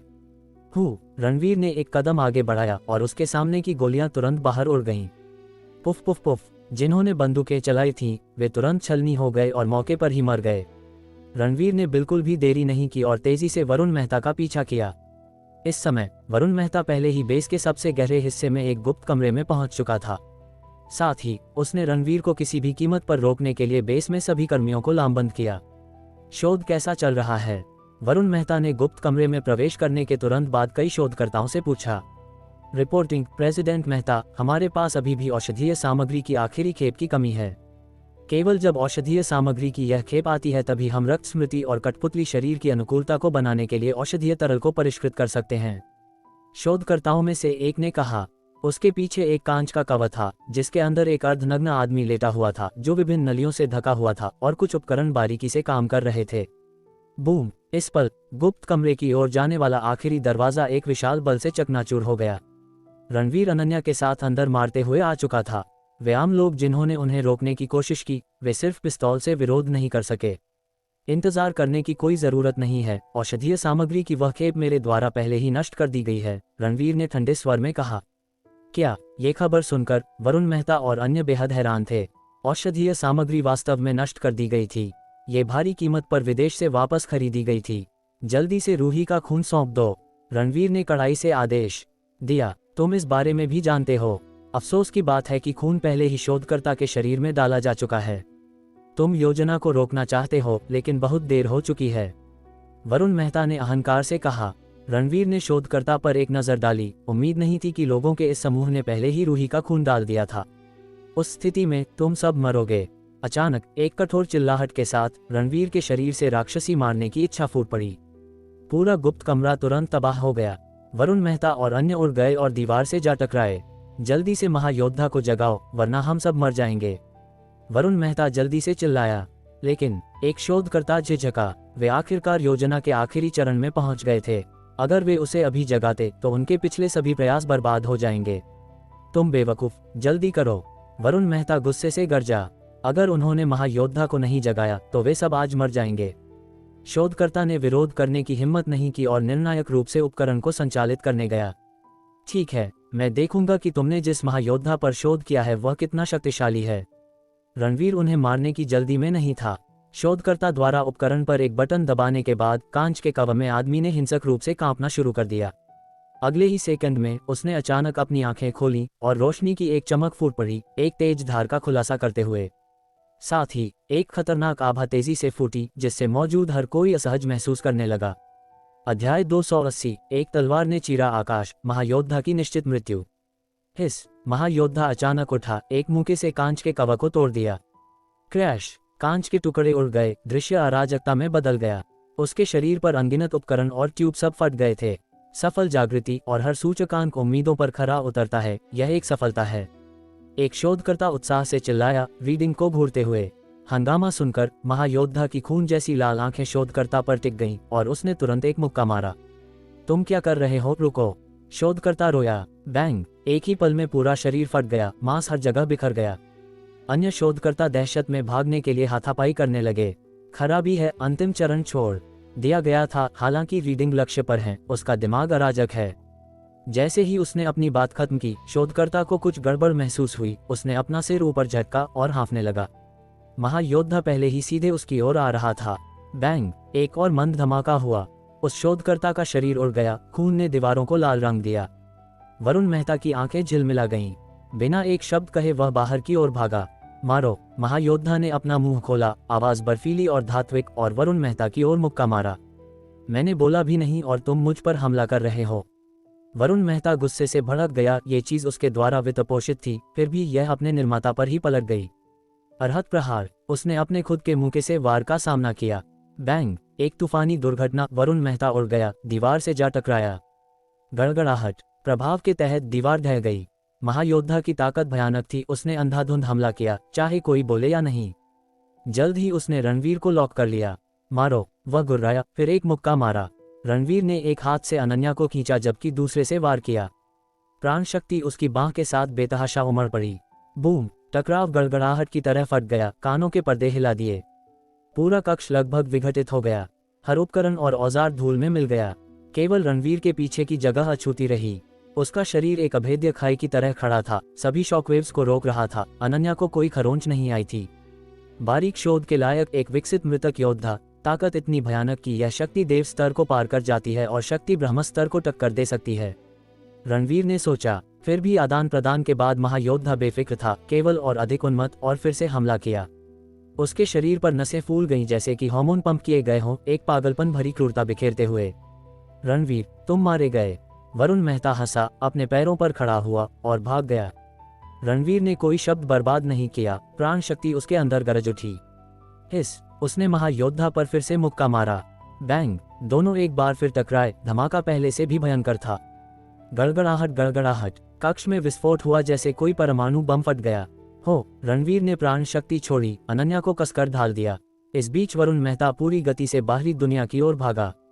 जिस पल वह उभरा, एक लाल आकृति चमकी, उसकी गर्दन पकड़ ली और उसे स्थिर कर दिया। वे कहाँ हैं? अग्नि ने कड़ाई से मांग की। इससे पहले कि वरुण मेहता जवाब दे पाता, अंदर से शॉकवेव ने इमारत की छत को ऐसे उड़ा दिया जैसे कोई सर्वनाशक दानव बाहर निकल रहा हो। एक पल में एक आकृति आसमान की ओर उठी। महायोद्धा, मांसपेशियां विकृत, आंखें खून जैसी लाल। हा, वे मर गए। बेहतर होगा कि तुम मुझे रिहा कर दो, वरना मैं महायोद्धा से तुम्हें भी मरवा दूंगा। वरुण मेहता ने शेखी बघारी। मूर्ख, अग्नि ने ठंडे स्वर में थूका। भले ही वह प्रमुख का सटीक स्थान नहीं जानती थी, उसे एक बात का यकीन था, उन्हें कुछ नहीं हो सकता। इस गायब होने के बाद प्रमुख की साधना एक उच्च स्तर पर पहुंच गई थी, वे इतनी आसानी से नहीं मरेंगे। तुम कमबख्त औरत, तुम्हारी मुझे कोसने की हिम्मत कैसे हुई? वरुण मेहता गुस्से से भड़क गया, लेकिन उसी पल उसकी नजर कहीं और गई। दो और आकृतियां बेस से बाहर उड़ गईं। बिल्कुल रणवीर और अनन्या अभी भी जिंदा है। वरुण मेहता हैरान था। महायोद्धा की ताकत महसूस करने के बाद उसे यकीन था कि वे मर जाएंगे, फिर भी वे यहाँ थे, सुरक्षित, और रणवीर एक औरत को भी ले जा रहा था। खुद को भाग्यशाली समझो, तुम थोड़ा और जी सकते हो, अग्नि ने बर्फीले स्वर में कहा, वरुण मेहता को एक तरफ पकड़कर देखने के लिए। जिस पर रणवीर दिखाई दिया, महायोद्धा शिकार को देखते ही शिकारी की तरह झपटा। फिनिशर मूव का उपयोग करने के बजाय रणवीर ने केवल अपने शरीर के साथ उससे लड़ाई की। शक्ति ब्रह्म स्तर में कदम रखने के बाद से उसे अपनी वर्तमान युद्ध शक्ति का सही परीक्षण करने के लिए कोई योग्य प्रतिद्वंद्वी नहीं मिला था। यह महायोद्धा सही अभ्यास साथी था। बूम बूम बूम, रणवीर की हथेलियां लोहे के हथौड़ों की तरह टकराईं, बार बार भिड़ती रहीं। हर टक्कर ने शून्य लोक को हिंसक रूप से हिला दिया। वरुण मेहता ने उत्सुकता से देखा, प्रार्थना करते हुए कि युवक मारा जाएगा। अग्नि ने भी देखा, वरुण मेहता की तुलना में कहीं अधिक शांत।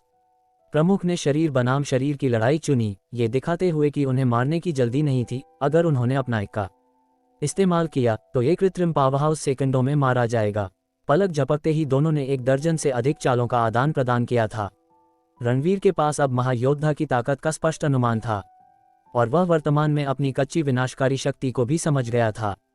चलो इसे खत्म करते हैं, उसने घोषणा की, और रिकोदर तलवार को जादू की तरह निकाला। हाथ में रिकोदर के साथ उसने वार किया। मारो। महायोद्धा को कोई डर नहीं था। एक तकनीकी उत्पाद होने के नाते वह ये समझने में विफल रहा कि नंगी तलवार का क्या मतलब है। ये खत्म हो गया, अग्नि ने कहा। एक बार जब प्रमुख ने रिकोदर तलवार निकाल ली तो परिणाम तय था।